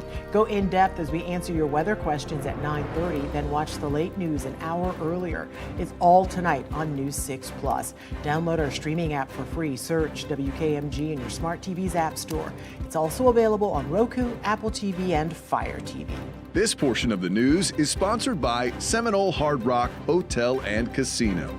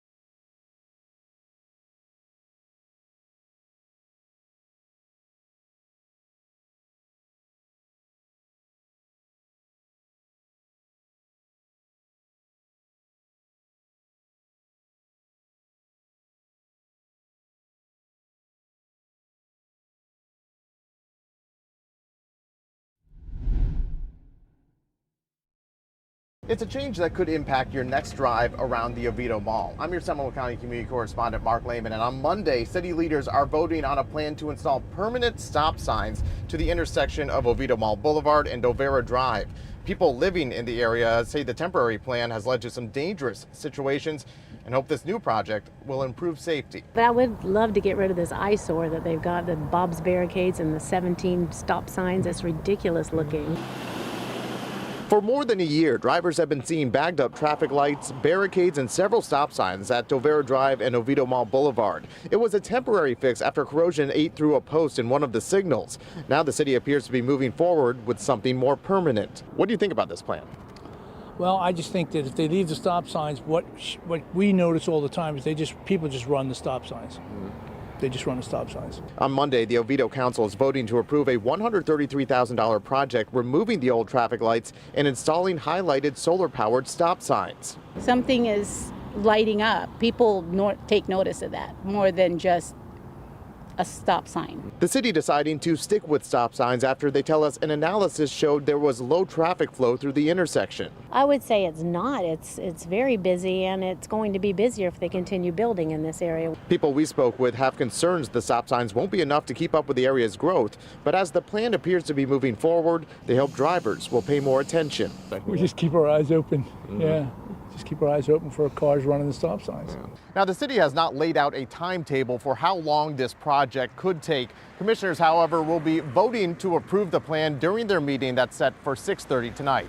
In Oviedo, I'm your Seminole County community correspondent, Mark Lehman, News 6.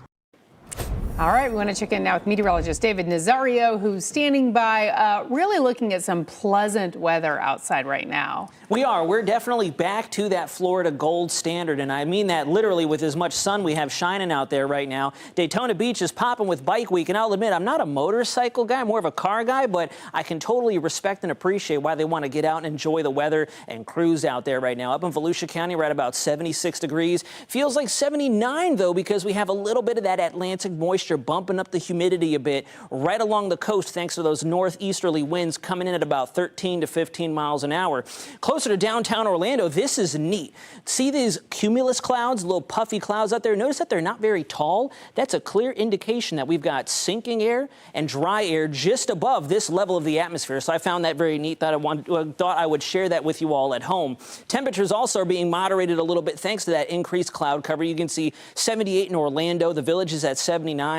Ocala up to 80. Then my old stomping grounds of Kissimmee at 81. And that's going to be the trend we follow for the next 7, possibly the next 14 days, to tell you the truth. Now, on radar, I have it pulled up for you. You can see some sneaky showers trying to work their way in lower Volusia, upper Brevard County. Should miss the Bike Week folks up there in Daytona Beach, but still, nevertheless, you might get rained on if you're out at the beach right now, and then they'll poof because of just how much dry, stable air we have out there. And to tell you the truth, rainfall is in the forecast, but if you look at the graphic here for the next 7 days, a lot of it not only will be south of us in the bottom 1/3 of the Florida Peninsula, but the greatest shot is mainly going to be tomorrow, Wednesday, tapering by Thursday, either on the coast or none at all, to tell you the truth. We're going to see it continue to dissipate as it works its way inland. You can see the east-northeasterly winds fairly tame right now along the coast, but the rip currents are still in effect. A little bit weaker here, more variable from Orlando, Sanford, Kissimmee, Leesburg. So wind is not going to be a factor in your forecast as we go over the next 24 hours together, but it is going to remain perpendicular to the coast. So if you do have plans to go fishing, boating, or just swimming out there, take advantage when you can, but just be very careful, mindful of the winds that are going to keep cranking out there. Forecast lows for tonight, upper 50s, low 60s across the board, across the viewing area. Should be fairly cozy. And then your forecast highs for tomorrow, I think some of these spots are a little too low. We might come up a little bit. We're already about 82, 83 degrees right now, and we are expected to continue to warm throughout the week. So I think that's a little on the low side. Plan for low to mid 80s for your Tuesday and Wednesday with a UV index of about 7 because there is going to be plenty of sunshine. So if you're going to be out for more than 30 minutes, be careful, wear the sun protection. Also have the lunar eclipse first thing this morning. Skies are looking pretty good for that. So if you have the opportunity, pop your head out, look up, and just take a look at that blood moon. Now, finally, for your midweek update, 30% chance for rain on Tuesday and Wednesday. Again, those fast-moving showers are going to be the thing alongside the heat. The heat is really building, and you look at the next 10 days, look at next Tuesday and Wednesday, 89, we're right there. I'm wondering when 90 is going to be on the table, especially since we will remain above average for a while. But then look what happens out west. See that chunk of blue? That's going to be tornado season kicking off for our neighbors. I'm tracking not one, but two bombs of a system out there over the Great Plains that could spark severe weather and tornadoes. Now, finally, we'll close out with your 7-day forecast here. You can see rain chances are going to stay in the mix here for the next 7 days. However, albeit very isolated, very light in nature, shouldn't cause any impacts. It's really just going to be the heat, Lisa Ginger, that really gets you as we go into the month of March. All right, David, thank you. Well, veterans are taking over the basketball court at the Kia Center in downtown Orlando. Yeah, they are learning how to play wheelchair basketball, how this one game is helping fight a much bigger battle. That's next.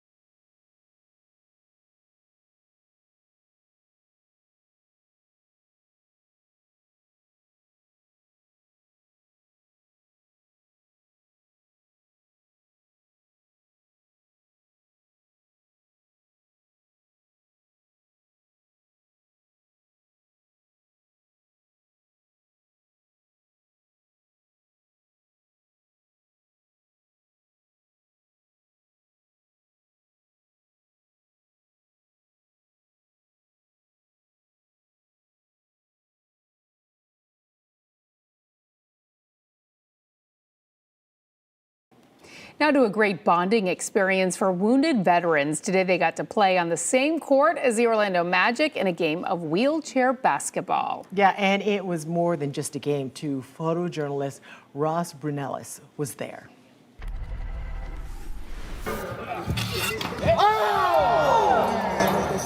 We're giving them the opportunity for adaptive sports. Some of our warriors have acquired injuries during their deployment, so playing upright basketball is a little harder opportunity, so this gives them alternative to still be competitive, play into the sport in a fun, safe environment. It's about bringing the connection with our warriors to build a new community to each other.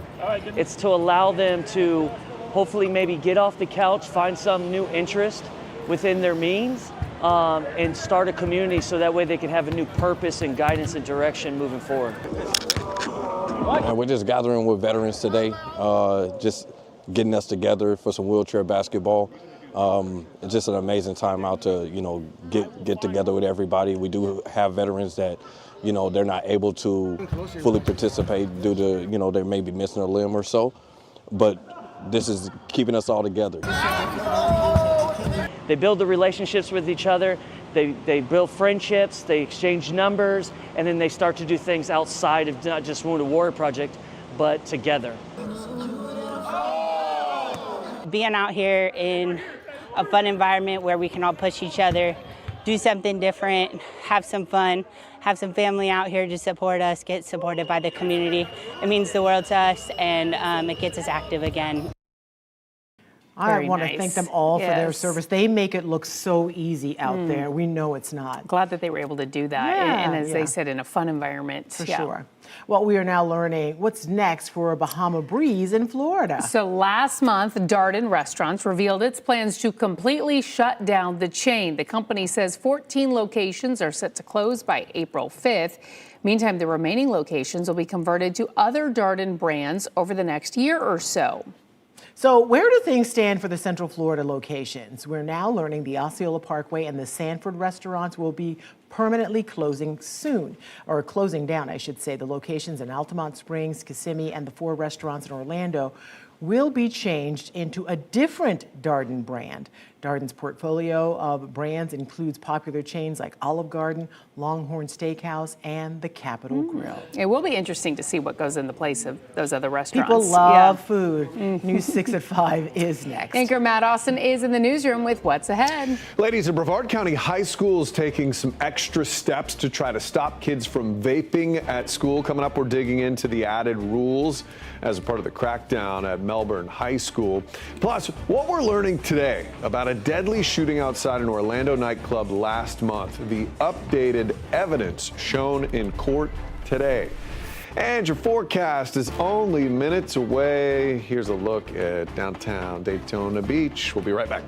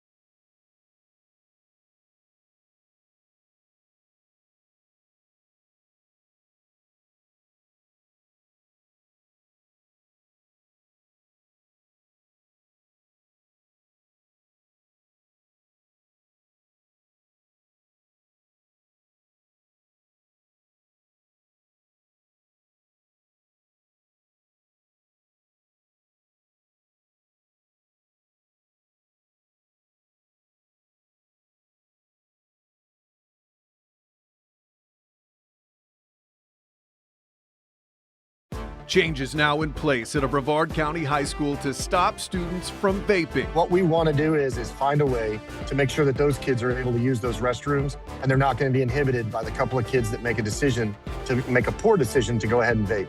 We're digging into what's next for students at Melbourne High School. Plus, I didn't do anything. A teacher in trouble with the law, accused of grooming a teen and giving him alcohol while he was her student. News 6 is the first to show you video of her arrest in Seminole County. you're watching News 6 at 5. Yeah, we're getting a look at some new video tonight showing the apparent moment a man shoots and kills another man outside the Savoy Orlando nightclub late last month. That video was shown in court today as the defendant was vying for his release on bond. News 6 anchor Ginger Gadsden joins us now in the newsroom with the latest on what happened in court. Ginger? Matt and Lisa, your Orange County community correspondent Mike Valenti has been in court all afternoon and is still inside right now. He's been covering this, but he did send us the very latest. Here's that video from a nearby business showing the incident in question. It is grainy and difficult to make out, and that's a reality that all parties in court acknowledged today. The prosecution contended that it shows the defendant, John Gabriel Borgia Gil de la Madre, was the aggressor by getting out of his Jeep and approaching the partner of Julian Cruz. Cruz is the man the defendant is charged with shooting and killing. The defendant's attorney does not dispute his client shot and killed Cruz, but he argues that he did so out of self-defense, contending that Cruz's partner provoked the incident. Mark O'Mara went as far as suggesting Cruz's partner may have committed a forcible felony by holding O'Mara's client's door open.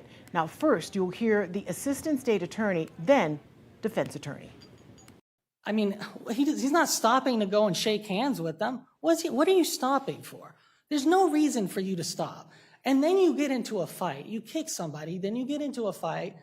You might have been on the ground, you didn't get on the ground. And even if there was no kick, you got into a fight. And then after that fight is clearly over, you run to your car in a manner that multiple people there are like, oh, he's about to do something. And then you start rummaging through the car. That's what they're seeing. They're seeing him going for a weapon. Two people running at him, the third person coming at him. Then he backs up towards his car. They're still coming at him. They grab him and rip off his shirt and throw him to the ground. All right, so right now, the judge is weighing the defense's motion to set bond, which could result in the defendant being released on bail while he awaits trial. Mike Valenti, as we mentioned, is in the courtroom getting the latest details, and he will have a live report coming up on News 6 at 6 o'clock. For now, I'll send it back to you, Matt and Lisa.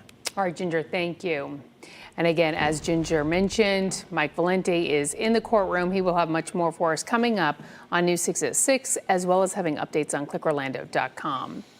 Brevard County's crackdown on students vaping just went to another level at a major high school. Yeah, we told you first and only on News 6 last month how Melbourne High School closed bathrooms to deter kids from bringing vapes to school. Your Melbourne community correspondent James Barbero tells us the new measure the principal's taking and what could be a long-term solution to the problem in schools. The high school that closed a few bathrooms to stop students from vaping is now using metal detectors to catch students vaping as well.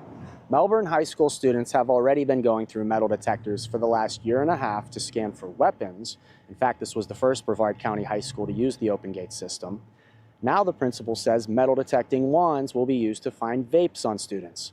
Principal James Kirk's email to families on Sunday reads, "These devices allow administrators to determine whether a student may be concealing contraband in their clothing without making physical contact with them, offering a respectful and minimally intrusive method of ensuring safety." The vaping epidemic is... Melbourne High is in school board member Katie Campbell's district. She said this about student vaping at last week's board meeting. It's not going away, and parents really need to be involved in recognizing the dangers. With 4 out of 11 bathrooms closed now on this big campus, plus being wanded now, some of those parents have talked to us about their kids, worrying they won't have enough time to go to the bathroom between classes now. Some parents say don't punish the kids who just want to use the restroom. Absolutely. And that's the key, right? So what we want to do is find a way to make sure that those kids are able to use those restrooms and they're not going to be inhibited by the couple of kids that make a poor decision to go ahead and vape. And school board chairman Matt Susan told me those solutions could include vaping sensors in bathrooms. Right now at Mel High, Susan told me that staff members are wanding students every time they go to the bathroom.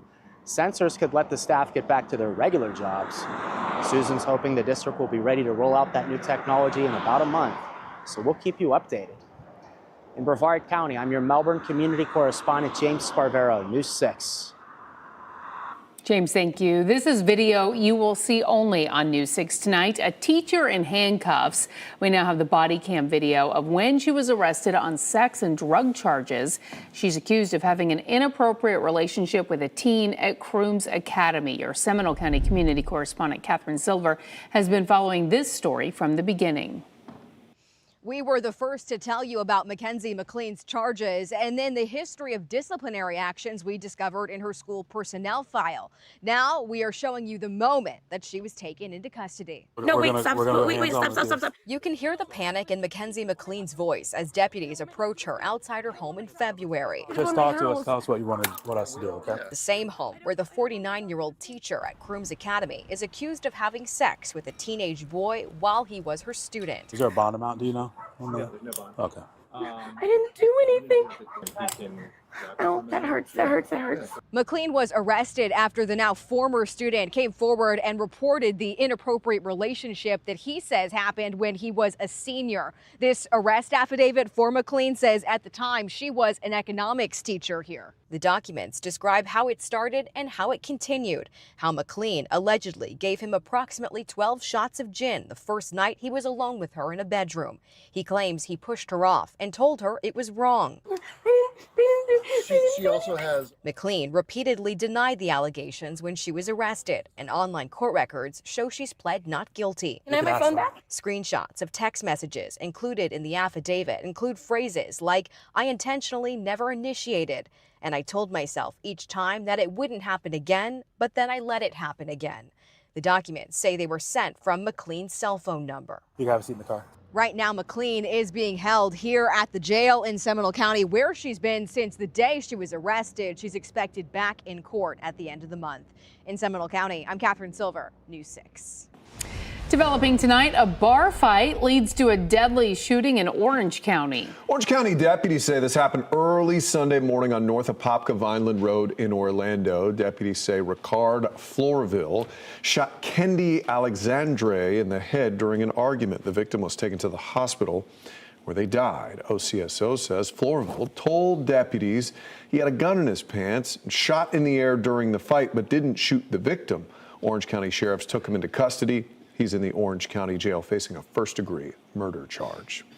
In Brevard County, a man is facing several charges. Deputies say he moved an ambulance while medics were treating a patient. This is a weird one. Deputies say this guy, 58-year-old Lane Feathergill, climbed into a rescue unit on Sykes Creek because it was blocking his way. Paramedics were actually working in the back when they felt the ambulance start to roll. When they confronted him, deputies say he drove off, hitting a paramedic in the leg. He was tracked down using his tag number and arrested. He's now facing charges including grand theft of a motor vehicle and burglary of an occupied conveyance. Happening right now in Marion County, Denellen city leaders are meeting to talk about the next steps in its legal battle following a massive fire last month. Officials say thousands of railroad ties that caught fire are causing environmental and health concerns. Neighbors are now pushing lawmakers to act, and a class action lawsuit has been filed against CSX Transportation for people within a 30-mile radius of the fire. So, yeah, I'm angry. I'm angry as hell about this. We knew this would happen. We were after you to get this stuff out, and you dragged your feet to get it out. I don't need a sample. I can feel it in my lungs. My daughter can feel it. It was throughout my house. My house smells like it. The Florida Department of Environmental Protection says based on sampling conducted to date, there is no indication of a threat to public health and that the drinking water has not been impacted. Again, this meeting is happening right now. We'll bring you updates on News 6 at 6 and on clickorlando.com. Well, you're having to get up pretty early if you want to see a very beautiful moon. Yeah, you could see a total eclipse overnight. Next at 5, we're taking a look at when you'll be able to see it for yourself and if the weather is holding up. Speaking of the weather, meteorologist Julie Broughton is here. Julie? I think we're in pretty good shape. So we have a total lunar eclipse and a full moon, and the peak of that should be right around sunrise tomorrow. We need clear skies. Right now, skies are looking good out there. We'll break it down for you hour by hour coming up. The city of Flagler Beach has now left to foot the bill to remove a family sailboat that washed ashore here. Coming up, I'll tell you where this boat came from and what options the city has. This portion of the news is sponsored by Launch Credit Union.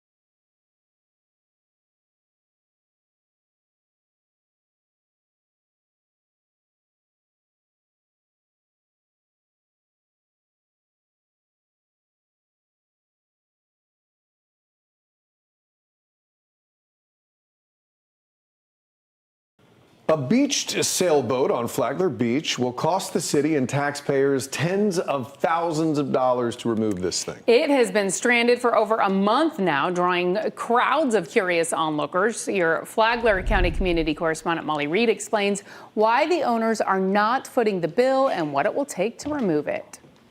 You can see still how big of a spectacle this boat is here on Flagler Beach with that crowd around it. Also back in there are the contracted company workers. They're measuring the boat and the different parts of it to try to figure out how they're going to get it off the sand here over this massive dune and then haul it to the landfill. I think it's amazing to see that. And it reminds me of growing up and watching Gilligan's Island. The 45-foot sailboat has been sitting on the sand for over a month, becoming the focus of beach walks and family outings for some. We thought it was really cool and kind of like an adventure. Come out and see the wrecked boat, but it's huge. It's one of these like house sailboats. Flagler Beach firefighters video shows a rescue from this boat back on January 24th. The boat lost power, straightening the family who called for help as it was starting to capsize. We had 2 occupants, 2 adults, and 1 infant on board. And the issue we had was the seas were about 6 to 7 feet. and they weren't able to get off the boat. And the boat has been here since. Fire Chief Stephen Cox says the city wants it off the beach ASAP as it still poses some danger. The owners are opting to surrender ownership to the state, essentially abandoning it. It did receive some damage. We do not know the extent of it, but we don't want anyone getting hurt. Now, the city was getting some estimates to remove it of up to $80,000, but thankfully found someone who would do it for $42,000. Still, that bill is going to be footed by the taxpayer since the city is paying, but the city says there are a few options to try to get its money back. One is trying to get state grants. Another would be taking the owner to court for reimbursement. Some Flagler Beach residents think the owner should have to remove it themselves. Others think this is part of living in a city on the water. And then everybody chips in with property taxes and tax dollars. And the workers with the contracted company told me they're trying to have this boat off of the beach here within the next few days. I'm your Flagler County community correspondent Molly Reed, News 6. All right. Switching gears now, there could be a real sight to behold overnight. A total lunar eclipse is expected to be visible through early tomorrow morning. The total lunar eclipse is expected to be fully visible from about 3:45 to 6:45 tomorrow morning. So set your alarm clocks. That's all pending on clear skies, of course. Yeah, none of it matters if we have cloudy skies. Let's bring in meteorologist Julie Broughton to break down this eclipse and if we're going to have those clear skies. I don't think we're talking about crystal clear skies overnight. We do have a few showers, but I think most of us will be in pretty good shape, and it's at a pretty convenient time for us. So this is our only total lunar eclipse of 2026. Coincides with a full moon, so we're looking at the eclipse maximum right around 6:33. So if you want to check it out, look low in the horizon, look off toward the west, and you should be able to see a beautiful sight there, assuming you're in one of those areas where we don't have a whole lot of cloud cover. But again, we will have a little bit of cloud cover floating through overnight, which I'll show you in just a moment. You can keep up with all of our weather changes on our free News 6 weather app. Here's a look for you right now from our Daytona Beach sky cam. Of course, bike week going on right now. Really nice weather for that. 73 degrees right now in Daytona Beach. Whole lot of sunshine. It is a little bit on the breezy side with our winds coming in out of the east northeast. Looking at 71 right now in Palm Coast. If you're in Orlando, you are at 78 degrees. It is 80 degrees in Claremont and 81 right now in Wildwood. Now, it has been really breezy at times. We have a big area of high pressure. That is keeping our weather quiet, also bringing our winds out of the northeast, sustained around 10 miles per hour or so, but we're seeing winds gusting up to around 17 miles per hour if you're in New Smyrna Beach, and you are looking at 17 mile per hour wind gusts right now in DeLand. Now, here's your hour-by-hour forecast as we take you through the evening. Everyone look at the TV and say hello to Tony. Isn't he looking great there? Just kind of hanging out. 73 degrees at 8 o'clock, 70 degrees at 9 o'clock. We'll call our skies this evening and overnight partly cloudy. Now, today we made it into the low 80s for our interior spots. And as we take you really through much of the month of March, we are talking about temperatures remaining warmer than normal. Typically this time of year, our highs are in the mid to upper 70s. We'll be in the mid and even upper 80s by the end of the week. Here's a look at the southeastern United States. Again, there is high pressure, so we have high pressure at the surface, we have high pressure aloft, and all of that is keeping our weather pretty tranquil. Remember, with high pressure, we have that clockwise circulation. That is helping to bring us our winds at the surface out of the northeast with breezy conditions at times. This is our water vapor imagery. It shows us what's happening in the mid and upper levels of the atmosphere when we're talking about moisture levels. Where you see the orange, that shows us where it's very dry aloft, so we're keeping it pretty dry aloft, but we do have enough moisture in place at the surface that we're keeping rain chances right around 20% or so as we head through the evening and into the overnight hours. Here's a look at the radar scanning out for us right now. Notice I do have the lightning detection data on. We're not picking up on any lightning strikes, but we are seeing some showers out over the Atlantic. Some of these have lost their energy as they've pushed toward the coastline, but still in areas like Titusville, Scottsmore, Mims, you may see a few of those isolated showers rolling on shore, and you can see some more rain out over the Atlantic, but again, most of us stay dry for most of the evening. Here is our clouds and rain forecast, stopping the clock at 6 o'clock. Again, still keeping some of those showers out over the Atlantic. The northeasterly winds try to push those into our interior spots by around midnight.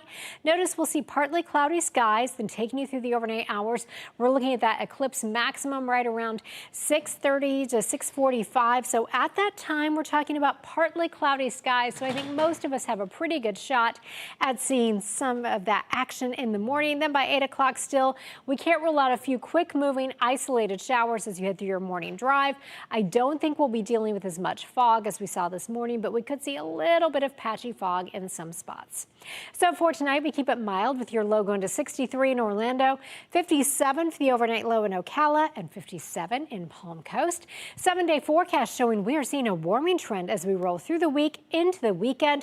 Rain chances just about every day, stay around 20 to 30%, mainly some quick moving showers moving in from the Atlantic. And by the way, Saturday night, don't forget, we spring forward 1 hour. Thank you. Open your camera app, scan the QR code on your screen right now and click the link. We want to see your weather pictures and videos. They could end up on TV. You can also go to clickorlando.com/pins and upload your pictures and videos that way. A license plate law caused some confusion for drivers in Central Florida. Yeah, this is something I've told you about and we've been following since late last year. Coming up, we're breaking down a proposal now in the state legislature that would clear up confusion about your license plate frame.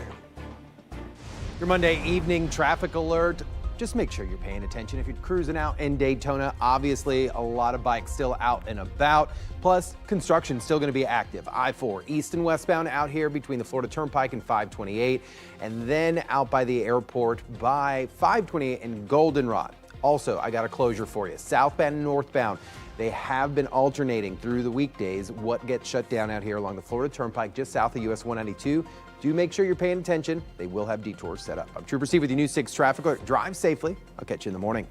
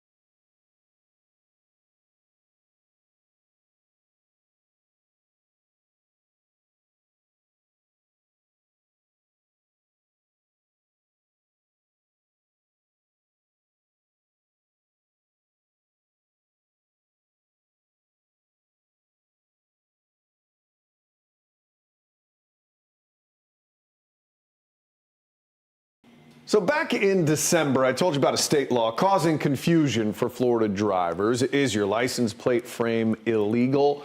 Could you get arrested for it? Originally, the answer was Probably not. Well, as long as you were showing the numbers on your plate, you were most likely fine. So to help clear up any confusion, a new bill is headed through the state legislature to let drivers use plate frames. News 6 anchor Ginger Gadsden is in the newsroom for us tonight breaking down this proposal. Ginger?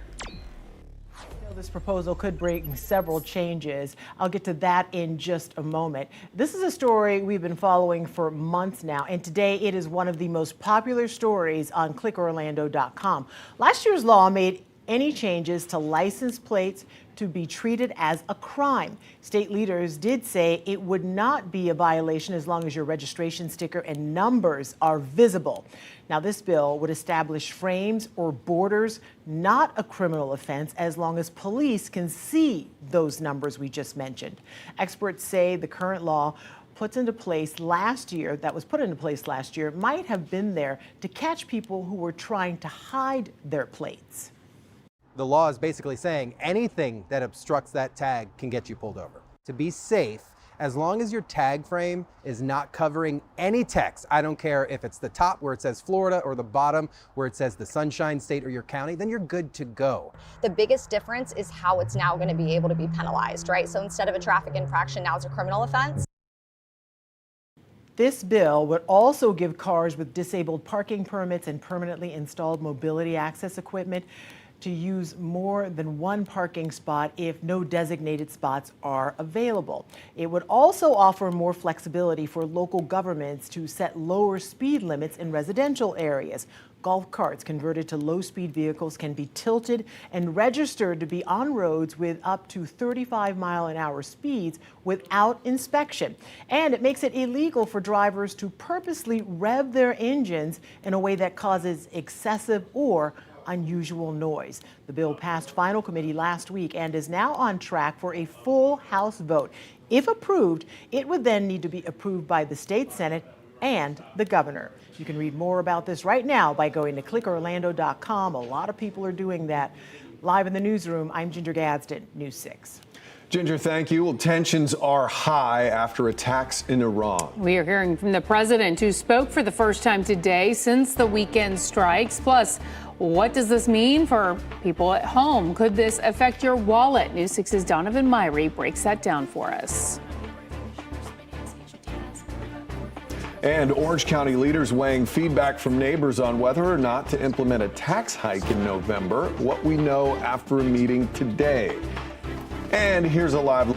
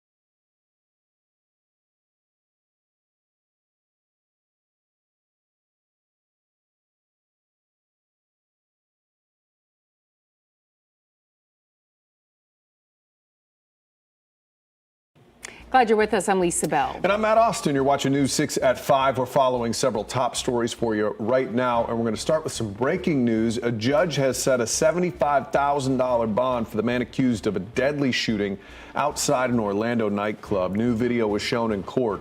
The suspect's lawyer was hoping would help his case for bond. The shooting happened February 22nd after a fight in front of the Savoy nightclub. News 6's Mike Valenti has been in the courtroom all afternoon. He'll have the latest on the case coming up on News 6 at 6. In Marion County, Denellen city leaders are discussing their legal battle after a railroad tie fire last month. The fire caused environmental and health concerns.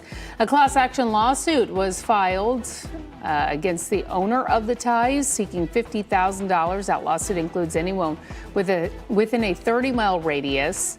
We'll let you know what happens.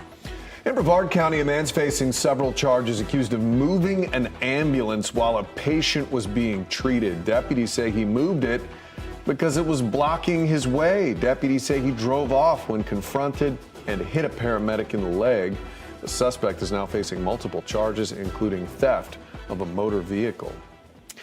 Well, in an expanding war with Iran, the death toll is rising. U.S.-Israeli joint strikes on Iran killed its supreme leader, a growing list of senior officials, and according to state media, more than 150 girls at an elementary school. Iran is retaliating with strikes against its neighbors as its top official says Tehran, quote, will not negotiate with the United States. CNN's Maribel Gonzalez brings us the latest on the conflict as the president makes his first remarks on the war with Iran. Today, the United States military continues to carry out large-scale combat operations in Iran to eliminate the grave threats posed to America by this terrible terrorist regime. In his first remarks since strikes in Iran started Saturday, President Donald Trump said Iranian leaders ignored U.S. warnings not to rebuild its nuclear program. An Iranian regime armed with long-range missiles and nuclear weapons would be an intolerable threat. The president also told CNN Monday that the U.S. military is, quote, knocking the crap out of Iran, but the big wave is yet to come. At least 4 American service members have already been killed. In their memory, we continue this mission with ferocious, unyielding resolve. Defense Secretary Pete Hegseth said the U.S. strikes on Iran are not meant to be a regime change, but called on Iranians to, quote, to take advantage of the opportunity while explaining the president's mission. Destroy the missile threat, destroy the Navy, no nukes. The war is sending shockwaves across the globe, disrupting air travel and hiking gas prices in the U.S. House Minority Leader Hakeem Jeffries called on lawmakers to pass a war powers resolution in a vote expected later this week. The American people want us to focus on making their life better, making their life more affordable, not getting involved in another endless war in the Middle East that is going to end in failure. I'm Maribel Gonzalez reporting. In the last hour, the U.S. military says the death toll from Iran operations has grown to 6 American troops. We're going to continue to follow this story. We'll bring you updates on air and on clickorlando.com. Meantime, we are tracking how the conflict in Iran could have an impact on oil prices and what you're paying at the pump. As the bombing of key targets continues, many people in Florida are wondering what will the impacts be here. Investigative reporter and business analyst Donovan Myrie is in the newsroom to explain why what is happening overseas will likely directly hit your wallet. Donovan. Yeah, Matt and Lisa, with fighting intensifying in the Middle East, you certainly zeroed in on the big question for Floridians. Are gas prices about to spike? First, let me give you a little geography lesson on the Middle East and why military action against Iran affects the whole region and gas prices. The area in question is the Strait of Hormuz. It is a choke point for shipping out of the Persian Gulf and into the Gulf of Oman, which then empties into the Indian Ocean via the Arabian Sea. Key oil exporting countries in the region include Saudi Arabia, Iraq, the UAE, Kuwait, and Qatar. All of them sit on the western side of the strait, and all of them have to send tankers through that checkpoint to get oil out to its customers, or to their customers. As of right now, the strait is still open, but countries are hesitant to send their oil tankers into the middle of military action. If the conflict lasts a few days, we may not see much of a fluctuation in oil prices. If it goes for weeks or months, that's another story. Now, back here at home, I spoke with AAA's Mark Jenkins. He says this is one of the worst times for Floridians for keeping gas prices low. Drivers have not one, not two, but three factors working against them each and every spring. The important thing to know is that this is all happening at a time when gas prices typically increase anyway. You have so many spring breakers who are already in town. Winter residents are here. That drives up the demand for gasoline. And then you have refiners that are switching over to summer blend gasoline, which is more expensive to produce. And they're also entering into their maintenance season. So you typically see gas prices moving higher during the spring as it is. And then you have the conflict that's happening overseas that could create additional question marks and additional upward pressure on prices at the pump. So we have those three factors working against us this spring. And don't forget, roughly 20% of the world's oil and liquid natural gas pass through the Strait, about 115 ships a day. Drivers could start seeing increases at the pump in the coming days. But again, how much of an increase depends on how long this conflict lasts. Matt and Lisa. Donovan Myrie, thank you. We're staying on top of this for you. We'll have updates on clickorlando.com, and the CBS Evening News will break down the latest for you coming up at 6:30. This just in at 5. Orange County commissioners are dropping their push for a new infrastructure sales tax. This is not the first time leaders tried to get this new revenue stream, but proponents were hopeful a different approach might get some traction for them. Your Orange County community correspondent Jana Manohalal has been listening to commissioners debate this all afternoon. So Jana, eventually they said it's just not going to happen this year. That's right, guys. I have been inside this Orange County Commission building listening to this meeting since 1 o'clock today. And like you just said, we found out that they would not be moving forward with this and that they're going to table it until the next ballot season, which is in 2028. But like you said, this is not the first time that they've tried to increase taxes here. It happened twice before, with the most recent time being in 2022. Now, that tax back in 2022 would have focused more solely on transportation infrastructure taxes. Now, this one, however, that would have been on the ballot for 2026 would have focused on things like affordable housing, still transportation, and even conservation efforts towards parks and lakes. Now, unfortunately, even despite a public opinion survey that showed what voters would be interested in, this just wouldn't happen today. Now, Mary Jerry Demings shared with us a little bit about why they decided to table this. We're up to a time crunch right now. We needed to make a decision by May, and there were some extraordinary things that some of the commissioners wanted to interject into that period, and quite frankly, I just think we were going to miss the timeline. Secondly, we needed some leadership. We needed someone to take ownership and really step up to the plate and take charge to perhaps manage a campaign if we were going to be successful. I didn't really see that happen today, and we needed broad consensus around what this would look like if it was advanced to the ballot. And we could not get the consensus to, as a collaborative body, move this forward with unity.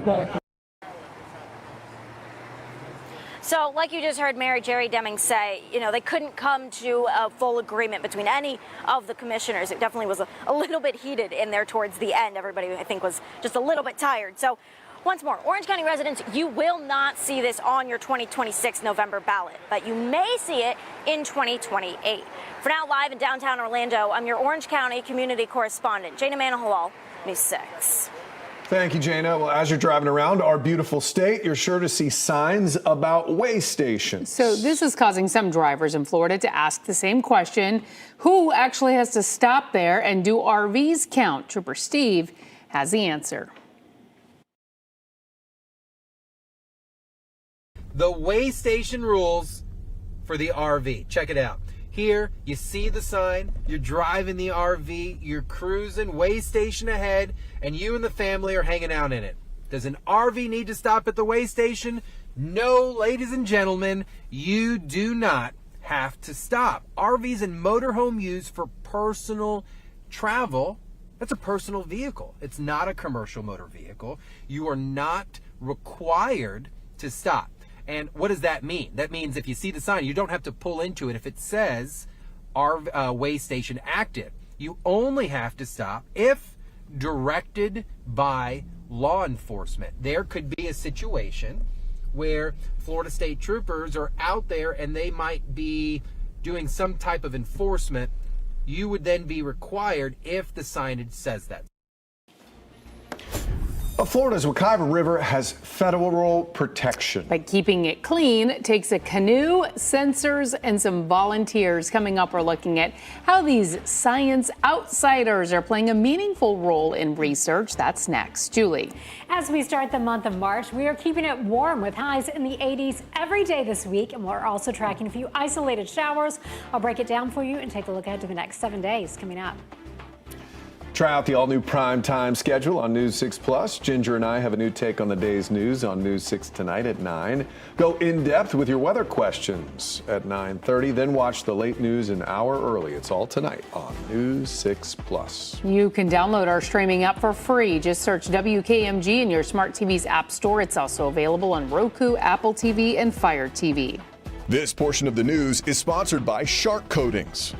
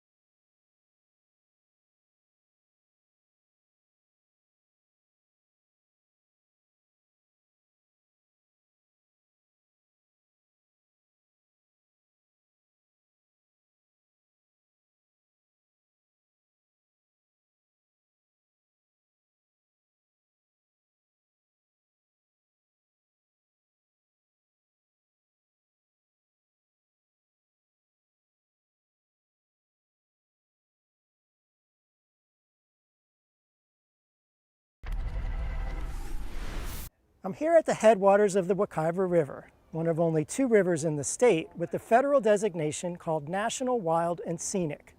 That means the water quality is protected and preserved. But to do that, it takes continued monitoring, something I found out anyone can do. So we are going to be in canoes today, and they are 3-person canoes. If you think data is boring, Does everybody have paddling experience? Yes. try gathering it in a canoe. Although, knock on wood, nobody's ever flipped a canoe. Yeah, That's going to be so fun. The Wekiva River Oh, there's a little gator right over here. is an outdoor lab like no other. Okay. I love their attitudes. And here, science is fun. It's a privilege to be out here so much. Once a month, Michelle Jameson leads a group of community scientists as they paddle their way out to collect samples. So beautiful out here.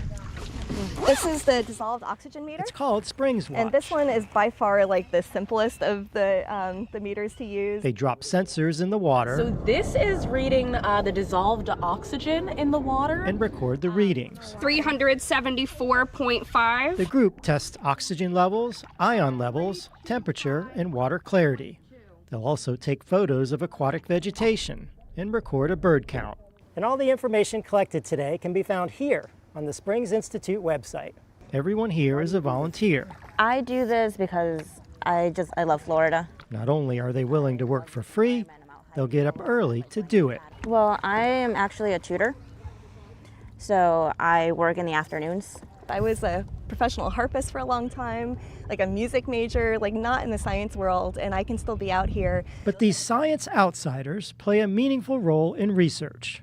You'll find everyone from kids to retirees to people with a little time to spare. As long as you are willing to sit in a canoe for 2.5 hours and hang out with other river enthusiasts and learn how to use some equipment, which is not hard, anybody can do it.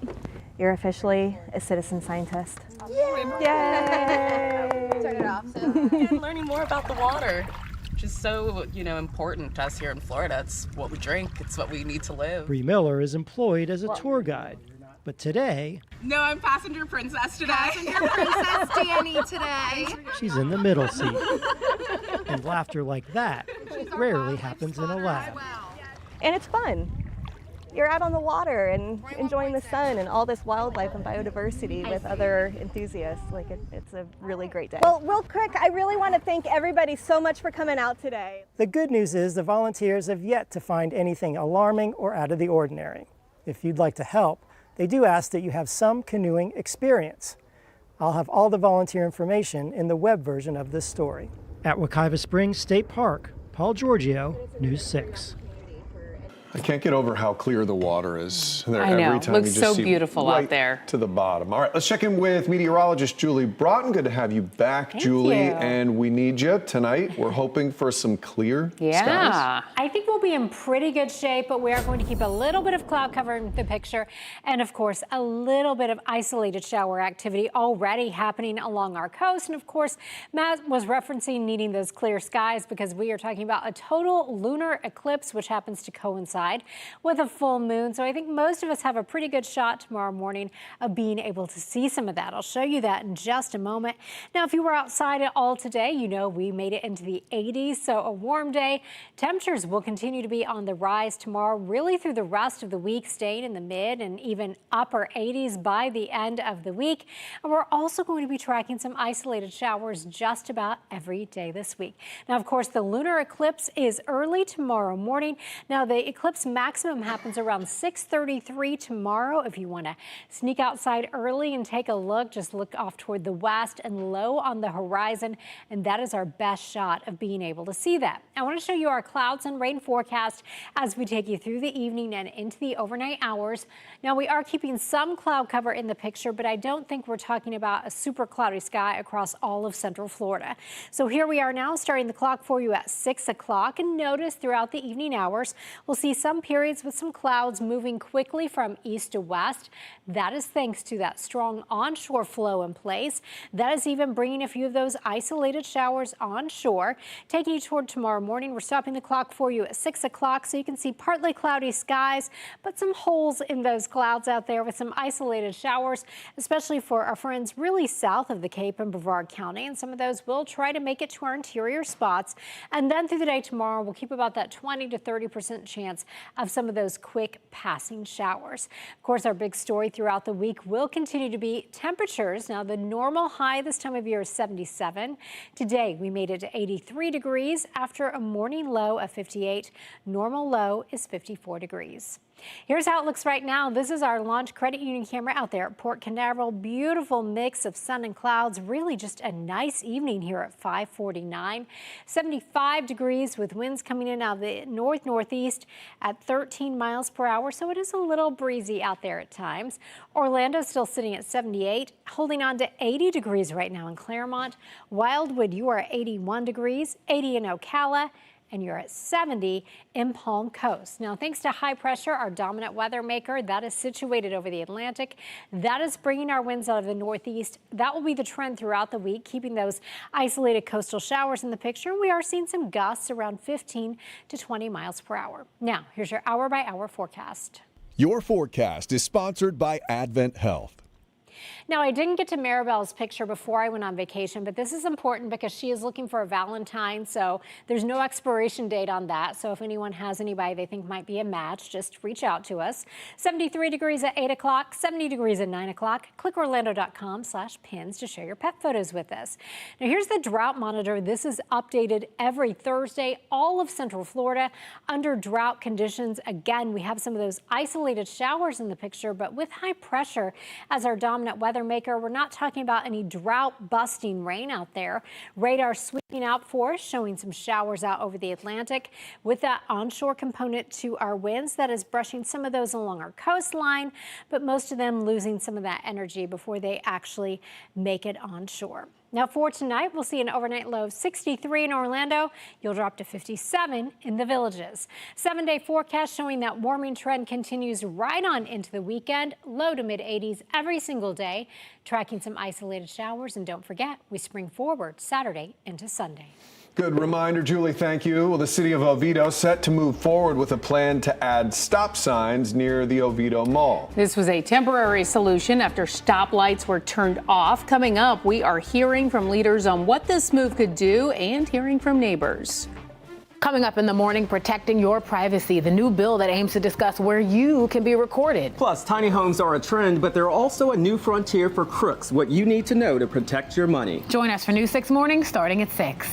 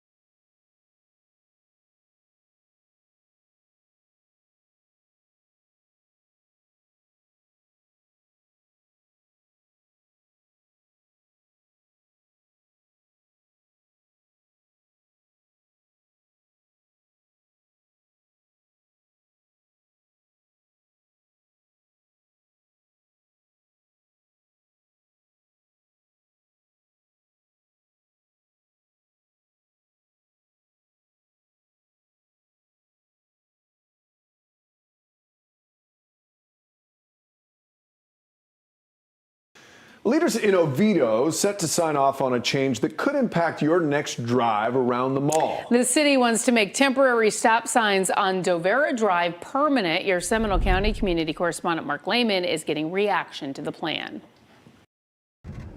People living here in Oviedo tell us it's an eyesore that's led to some dangerous situations. They say ever since temporary stop signs were put in place at this intersection, some drivers don't stop. They're now hoping the city's permanent solution will improve safety. But I would love to get rid of this eyesore that they've got, the Bob's barricades and the 17 stop signs. It's ridiculous looking. For more than a year, drivers have been seeing bagged up traffic lights, barricades, and several stop signs at Dovera Drive and Oviedo Mall Boulevard. It was a temporary fix after corrosion ate through a post in one of the signals. Now the city appears to be moving forward with something more permanent. What do you think about this plan? Well, I just think that if they leave the stop signs, what we notice all the time is people just run the stop signs. They just run the stop signs. On Monday, the Oviedo Council is voting to approve a $133,000 project removing the old traffic lights and installing highlighted solar-powered stop signs. Something is lighting up. People take notice of that more than just a stop sign. The city deciding to stick with stop signs after they tell us an analysis showed there was low traffic flow through the intersection. I would say it's not. It's very busy, and it's going to be busier if they continue building in this area. People we spoke with have concerns the stop signs won't be enough to keep up with the area's growth, but as the plan appears to be moving forward, they hope drivers will pay more attention. We just keep our eyes open. Yeah. Just keep our eyes open for cars running the stop signs. Now, the city has not laid out a timetable for how long this project could take. Commissioners, however, will be voting to approve the plan during their meeting that's set for 6:30 tonight. In Oviedo, I'm your Seminole County community correspondent, Mark Lehman, News 6. Ginger Gadsden is in the newsroom with what we are working on for News 6 at 6. Matt and Lisa, was it self-defense? We're getting a look at new video showing the apparent moment a man shoots and kills another man outside the Savoy Orlando nightclub late last month.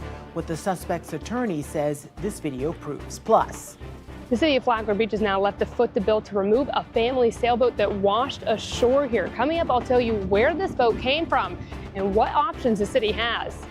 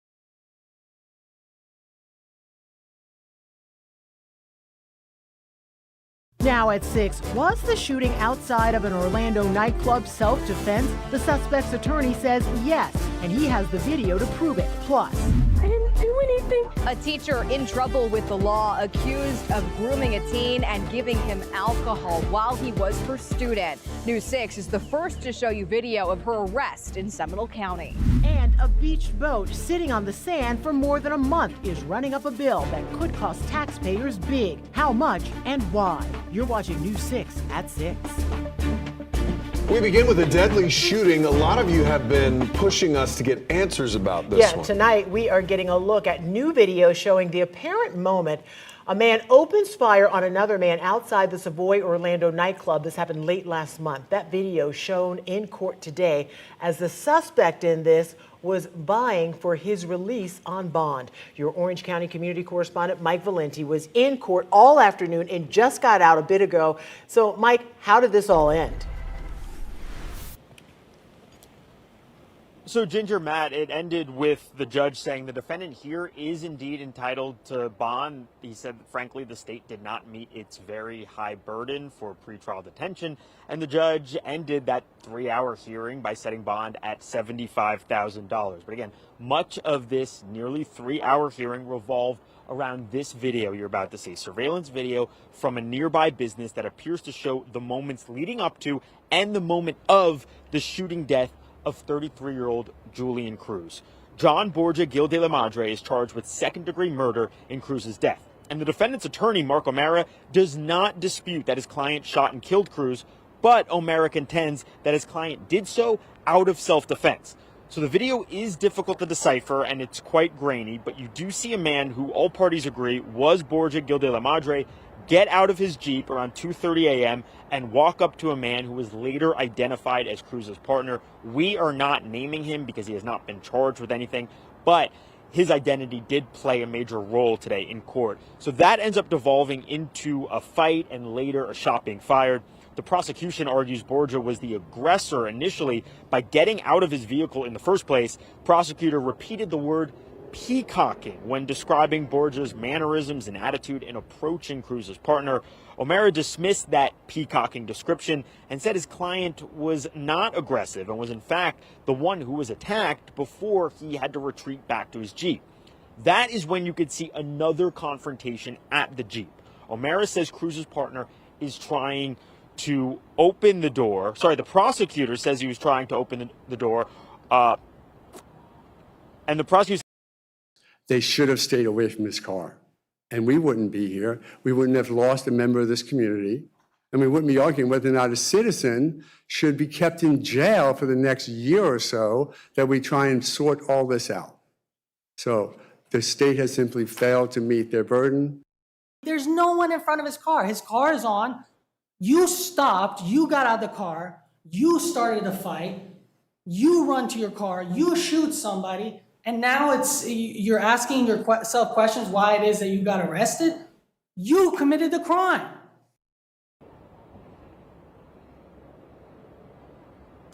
So you might have noticed I managed to confuse myself there because there are a lot of moving parts here, a lot of layers. So I got that messed up a little bit before you heard the sound bites there. I just want to clarify that it's O'Mara who says Cruz's partner was trying to open the door, which he suggests is a forcible felony. The prosecutor, though, said Cruz's partner was trying to keep the door closed in order to prevent Borgia from getting a gun. But again, as I said at the outset, the judge set bond at $75,000. Borgia could get out of jail as soon as tonight. And an interesting note I want to mention, the judge in this case, when talking about the fact that he didn't believe the state met its high burden, he said that in his view, the state didn't prove, for this context, that Borgia was the initial aggressor, though he did make the caveat that should have no bearing on the case going forward. We're just in the infancy of this. We still have to have an immunity self-defense hearing. That is months down the line. But again, covering a very complicated case, nearly 3 hours today, live outside the Orange County Courthouse. I'm your Orange County community correspondent, Mike Valenti, News 6. Great job with the clarification and something with so many moving pieces. Mike, thank you. Now to video you will see only on News 6 tonight, a teacher in handcuffs. We now have the body cam video of when she was arrested on sex and drug charges. She's accused of having an inappropriate relationship with a teen at Crooms Academy. Your Seminole County community correspondent Catherine Silver has been following this story from the beginning. We were the first to tell you about Mackenzie McLean's charges and then the history of disciplinary actions we discovered in her school personnel file. Now we are showing you the moment that she was taken into custody. No, wait, stop. You can hear the panic in Mackenzie McLean's voice as deputies approach her outside her home in February. Just talk to us. Tell us what you want us to do, okay? The same home where the 49-year-old teacher at Crooms Academy is accused of having sex with a teenage boy while he was her student. Is there a bond amount, do you know? Yeah, there's no bond. Okay. I didn't do anything. No, that hurts. McLean was arrested after the now former student came forward and reported the inappropriate relationship that he says happened when he was a senior. This arrest affidavit for McLean says at the time she was an economics teacher here. The documents describe how it started and how it continued, how McLean allegedly gave him approximately 12 shots of gin the first night he was alone with her in a bedroom. He claims he pushed her off and told her it was wrong. She also has... McLean repeatedly denied the allegations when she was arrested, and online court records show she's pled not guilty. Can I have my phone back? Screenshots of text messages included in the affidavit include phrases like, "I intentionally never initiated," and "I told myself each time that it wouldn't happen again, but then I let it happen again." The documents say they were sent from McLean's cell phone number. You can have a seat in the car. Right now, McLean is being held here at the jail in Seminole County, where she's been since the day she was arrested. She's expected back in court at the end of the month. In Seminole County, I'm Catherine Silver, News 6. And you can check out Catherine's story there on clickorlando.com. Well, some parents are able to exhale after learning the threat to their children's school was just a prank. Here was the scene at University High School this afternoon, not long after law enforcement gave it the all clear. It was around 4 o'clock today. The sheriff's office says it got a call about a shooting, and the school was placed on a brief lockdown. Several schools nearby were put on hold. Deputies say after searching the grounds, they were able to determine that call was a prank. We're asking how they came to that determination and if anyone will be charged. We'll let you know when we get the update. All right, so take a look at this video you see right here behind me. You can obviously see people, including kids, back out at this basketball court in Orange County just one day after deputies say a man was shot right there on that court. The shots were fired yesterday afternoon at Shadow Bay Park. That's on Turkey Lake Road. Now, this is the park that has volleyball courts, tennis courts, and even a playground nearby. Deputies say they actually spoke to a witness who told them he saw the whole thing and actually ran to the playground to warn parents. So tonight, Byron Southward is facing charges. According to the arrest affidavit, the witness told deputies the suspect was involved in a fight, left to get a gun from his car, came back, and that's when he shot the guy in the stomach. Southward is facing an aggravated battery with a firearm charge. We're working to get an update on how the man who was shot is doing tonight, and we're also working to figure out what led up to the shooting. The moment we have those answers, we'll let you know. To Lake County now, where formal charges have been filed in a deadly shooting that happened at a park there. Juan Gomez Jr. was found dead inside a car at Berry Park about a week before Christmas. Police were calling two men they wanted to talk to about this shooting persons of interest up until today. Well, tonight, James Fenderson IV is charged with principal to murder in the 3rd degree. DeAndre Wright is charged with 2nd-degree murder. Investigators say the shooting stemmed from a gun purchase at the park. Taking a live look now inside an important meeting for our neighbors who live and work in Dunellen. And for those of you who can't be at the actual meeting, we're following it very closely for you. You'll remember around this time last month, a huge fire broke out at a stockpile of chemically treated railroad ties near East McKinley and North Williams Street. And the people living nearby were pretty worried about the health impacts from all that smoke. At the time, fire officials warned that the treated wood would produce heavy, irritating smoke, and they urged people in the area to avoid the site if possible and keep windows and doors closed.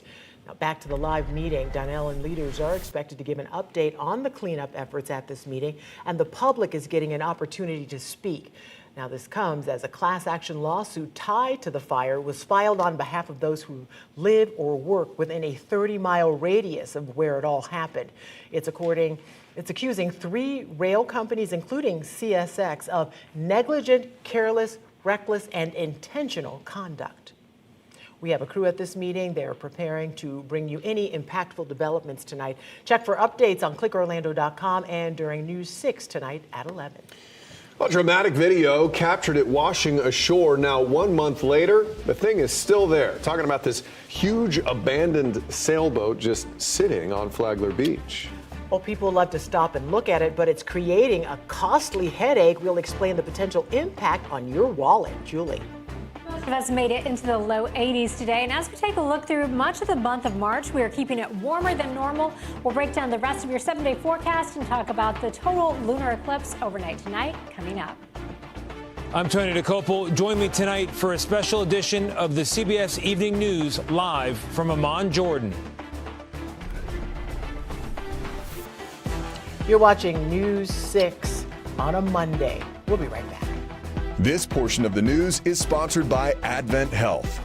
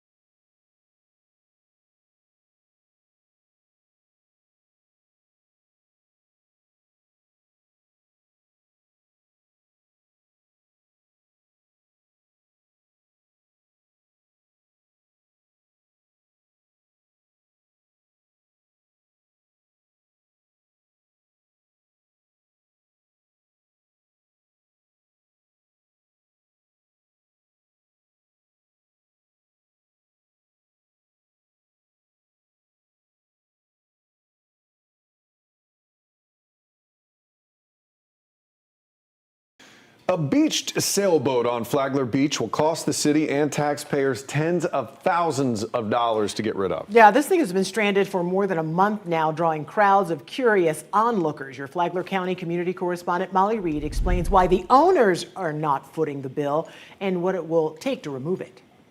You can see still how big of a spectacle this boat is here on Flagler Beach with that crowd around it. Also back in there are the contracted company workers. They're measuring the boat and the different parts of it to try to figure out how they're going to get it off the sand here over this massive dune and then haul it to the landfill. I think it's amazing to see that. and it reminds me of growing up and watching Gilligan's Island. The 45-foot sailboat has been sitting on the sand for over a month, becoming the focus of beach walks and family outings for some. We thought it was really cool and kind of like an adventure. Come out and see the wrecked boat, but it's huge. It's one of these like house sailboats. Flagler Beach firefighters video shows a rescue from this boat back on January 24th. The boat lost power, straightening the family who called for help as it was starting to capsize. We had 2 occupants, 2 adults, and 1 infant on board. And the issue we had was the seas were about 6 to 7 feet. And they weren't able to get off the boat. And the boat has been here since. Fire Chief Stephen Cox says the city wants it off the beach ASAP as it still poses some danger. The owners are opting to surrender ownership to the state, essentially abandoning it. It did receive some damage. We do not know the extent of it, but we don't want anyone getting hurt. Now, the city was getting some estimates to remove it of up to $80,000, but thankfully found someone who would do it for $42,000. Still, that bill is going to be footed by the taxpayer since the city is paying, but the city says there are a few options to try to get its money back. One is trying to get state grants. Another would be taking the owner to court for reimbursement. Some Flagler Beach residents think the owner should have to remove it themselves. Others think this is part of living in a city on the water. And then everybody chips in with property taxes and tax dollars. And the workers with the contracted company told me they're trying to have this boat off of the beach here within the next few days. I'm your Flagler County community correspondent Molly Reed, News 6. People in Orange County will not vote on a sales tax increase, at least not this year. This afternoon, the idea failed to gain support from commissioners, and it was tabled until a later date. That tax would have funded parks, trails, water management, and more. In a survey that went out earlier this year, more than half the people said they'd support a half-cent sales tax increase. Those answering more likely to vote yes for the increase if it went to the conservation and local parks. Eventually, commissioners voted against adding it. As Mayor Jerry Deming says, they just couldn't all agree.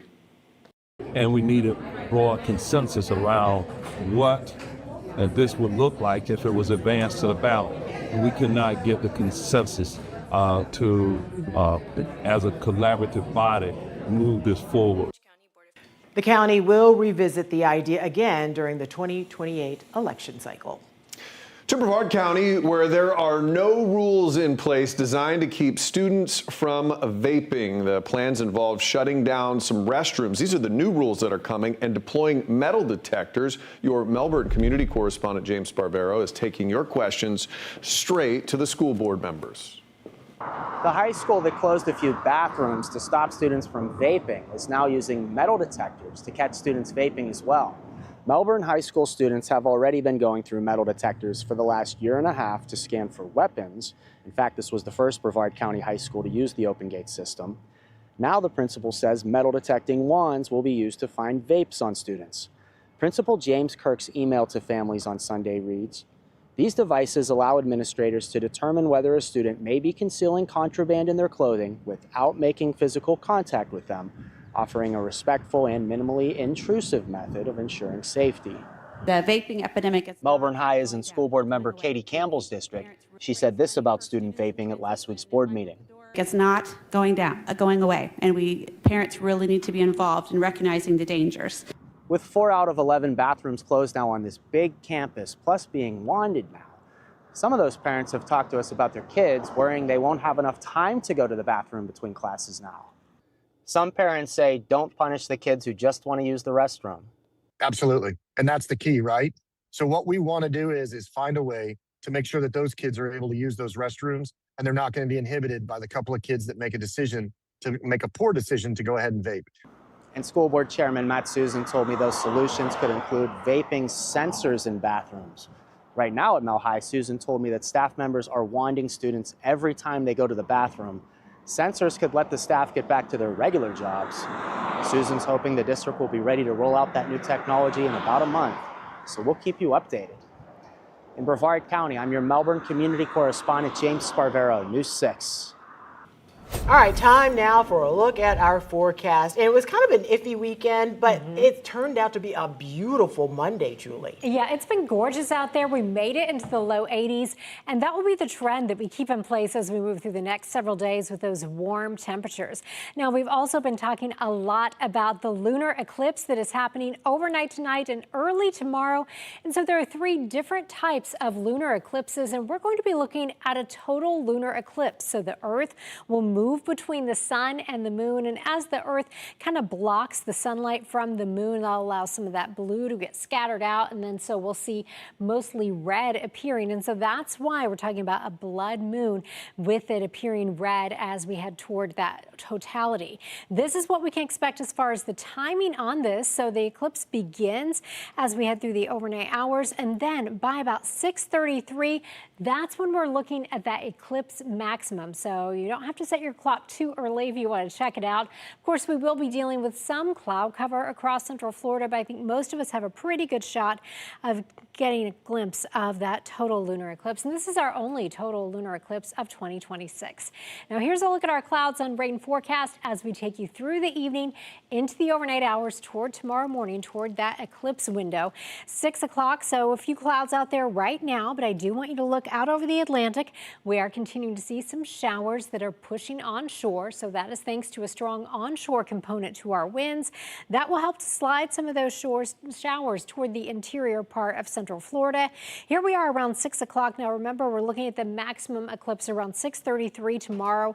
So we are talking about some clouds hanging around, but I think most of us will have pretty decent visibility. A few isolated showers in Brevard County. Some of those could hold together into eastern Orange County during your drive time tomorrow. And then during the day tomorrow, again, we'll be looking at that potential of some quick, fast-moving showers moving from east to west as we head through the afternoon hours. And again, we will keep our temperatures on the warm side. 83 was our high today. We started the day at 58. We also had some fog this morning. I think winds will remain a little bit too elevated for us to see a lot of widespread fog tomorrow, but we can't rule out some patchy fog.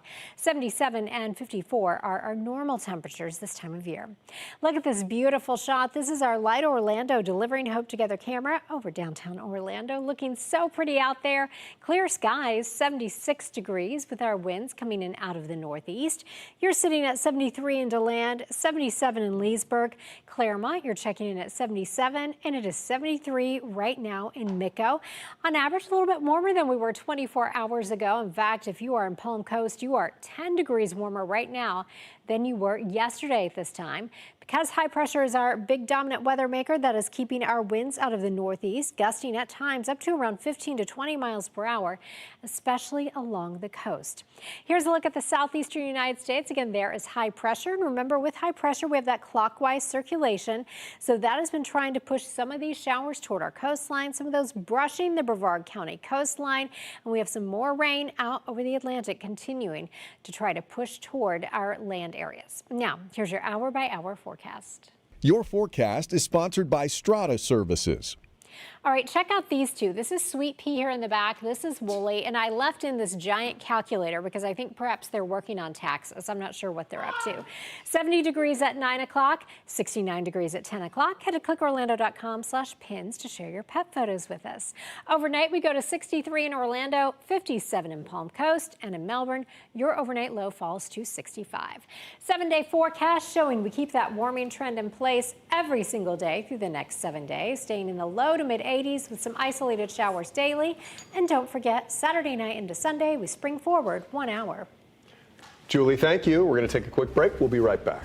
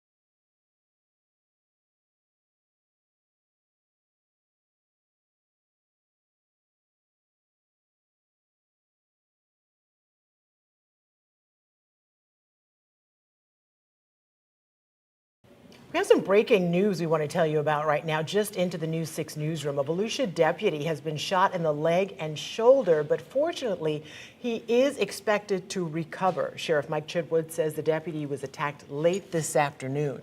Yeah, it was while investigating reports of a battery on Candler Drive. Sheriff Chitwood says the deputy is conscious, alert, and good enough spirits to crack some jokes with the medical staff.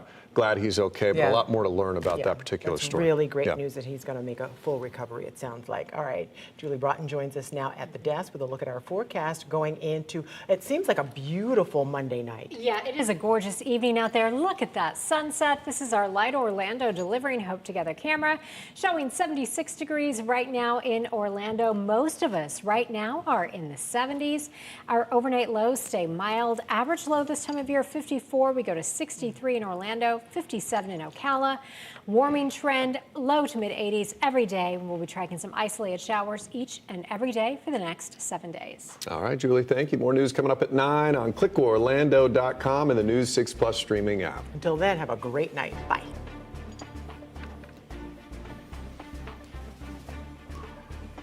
Ooh.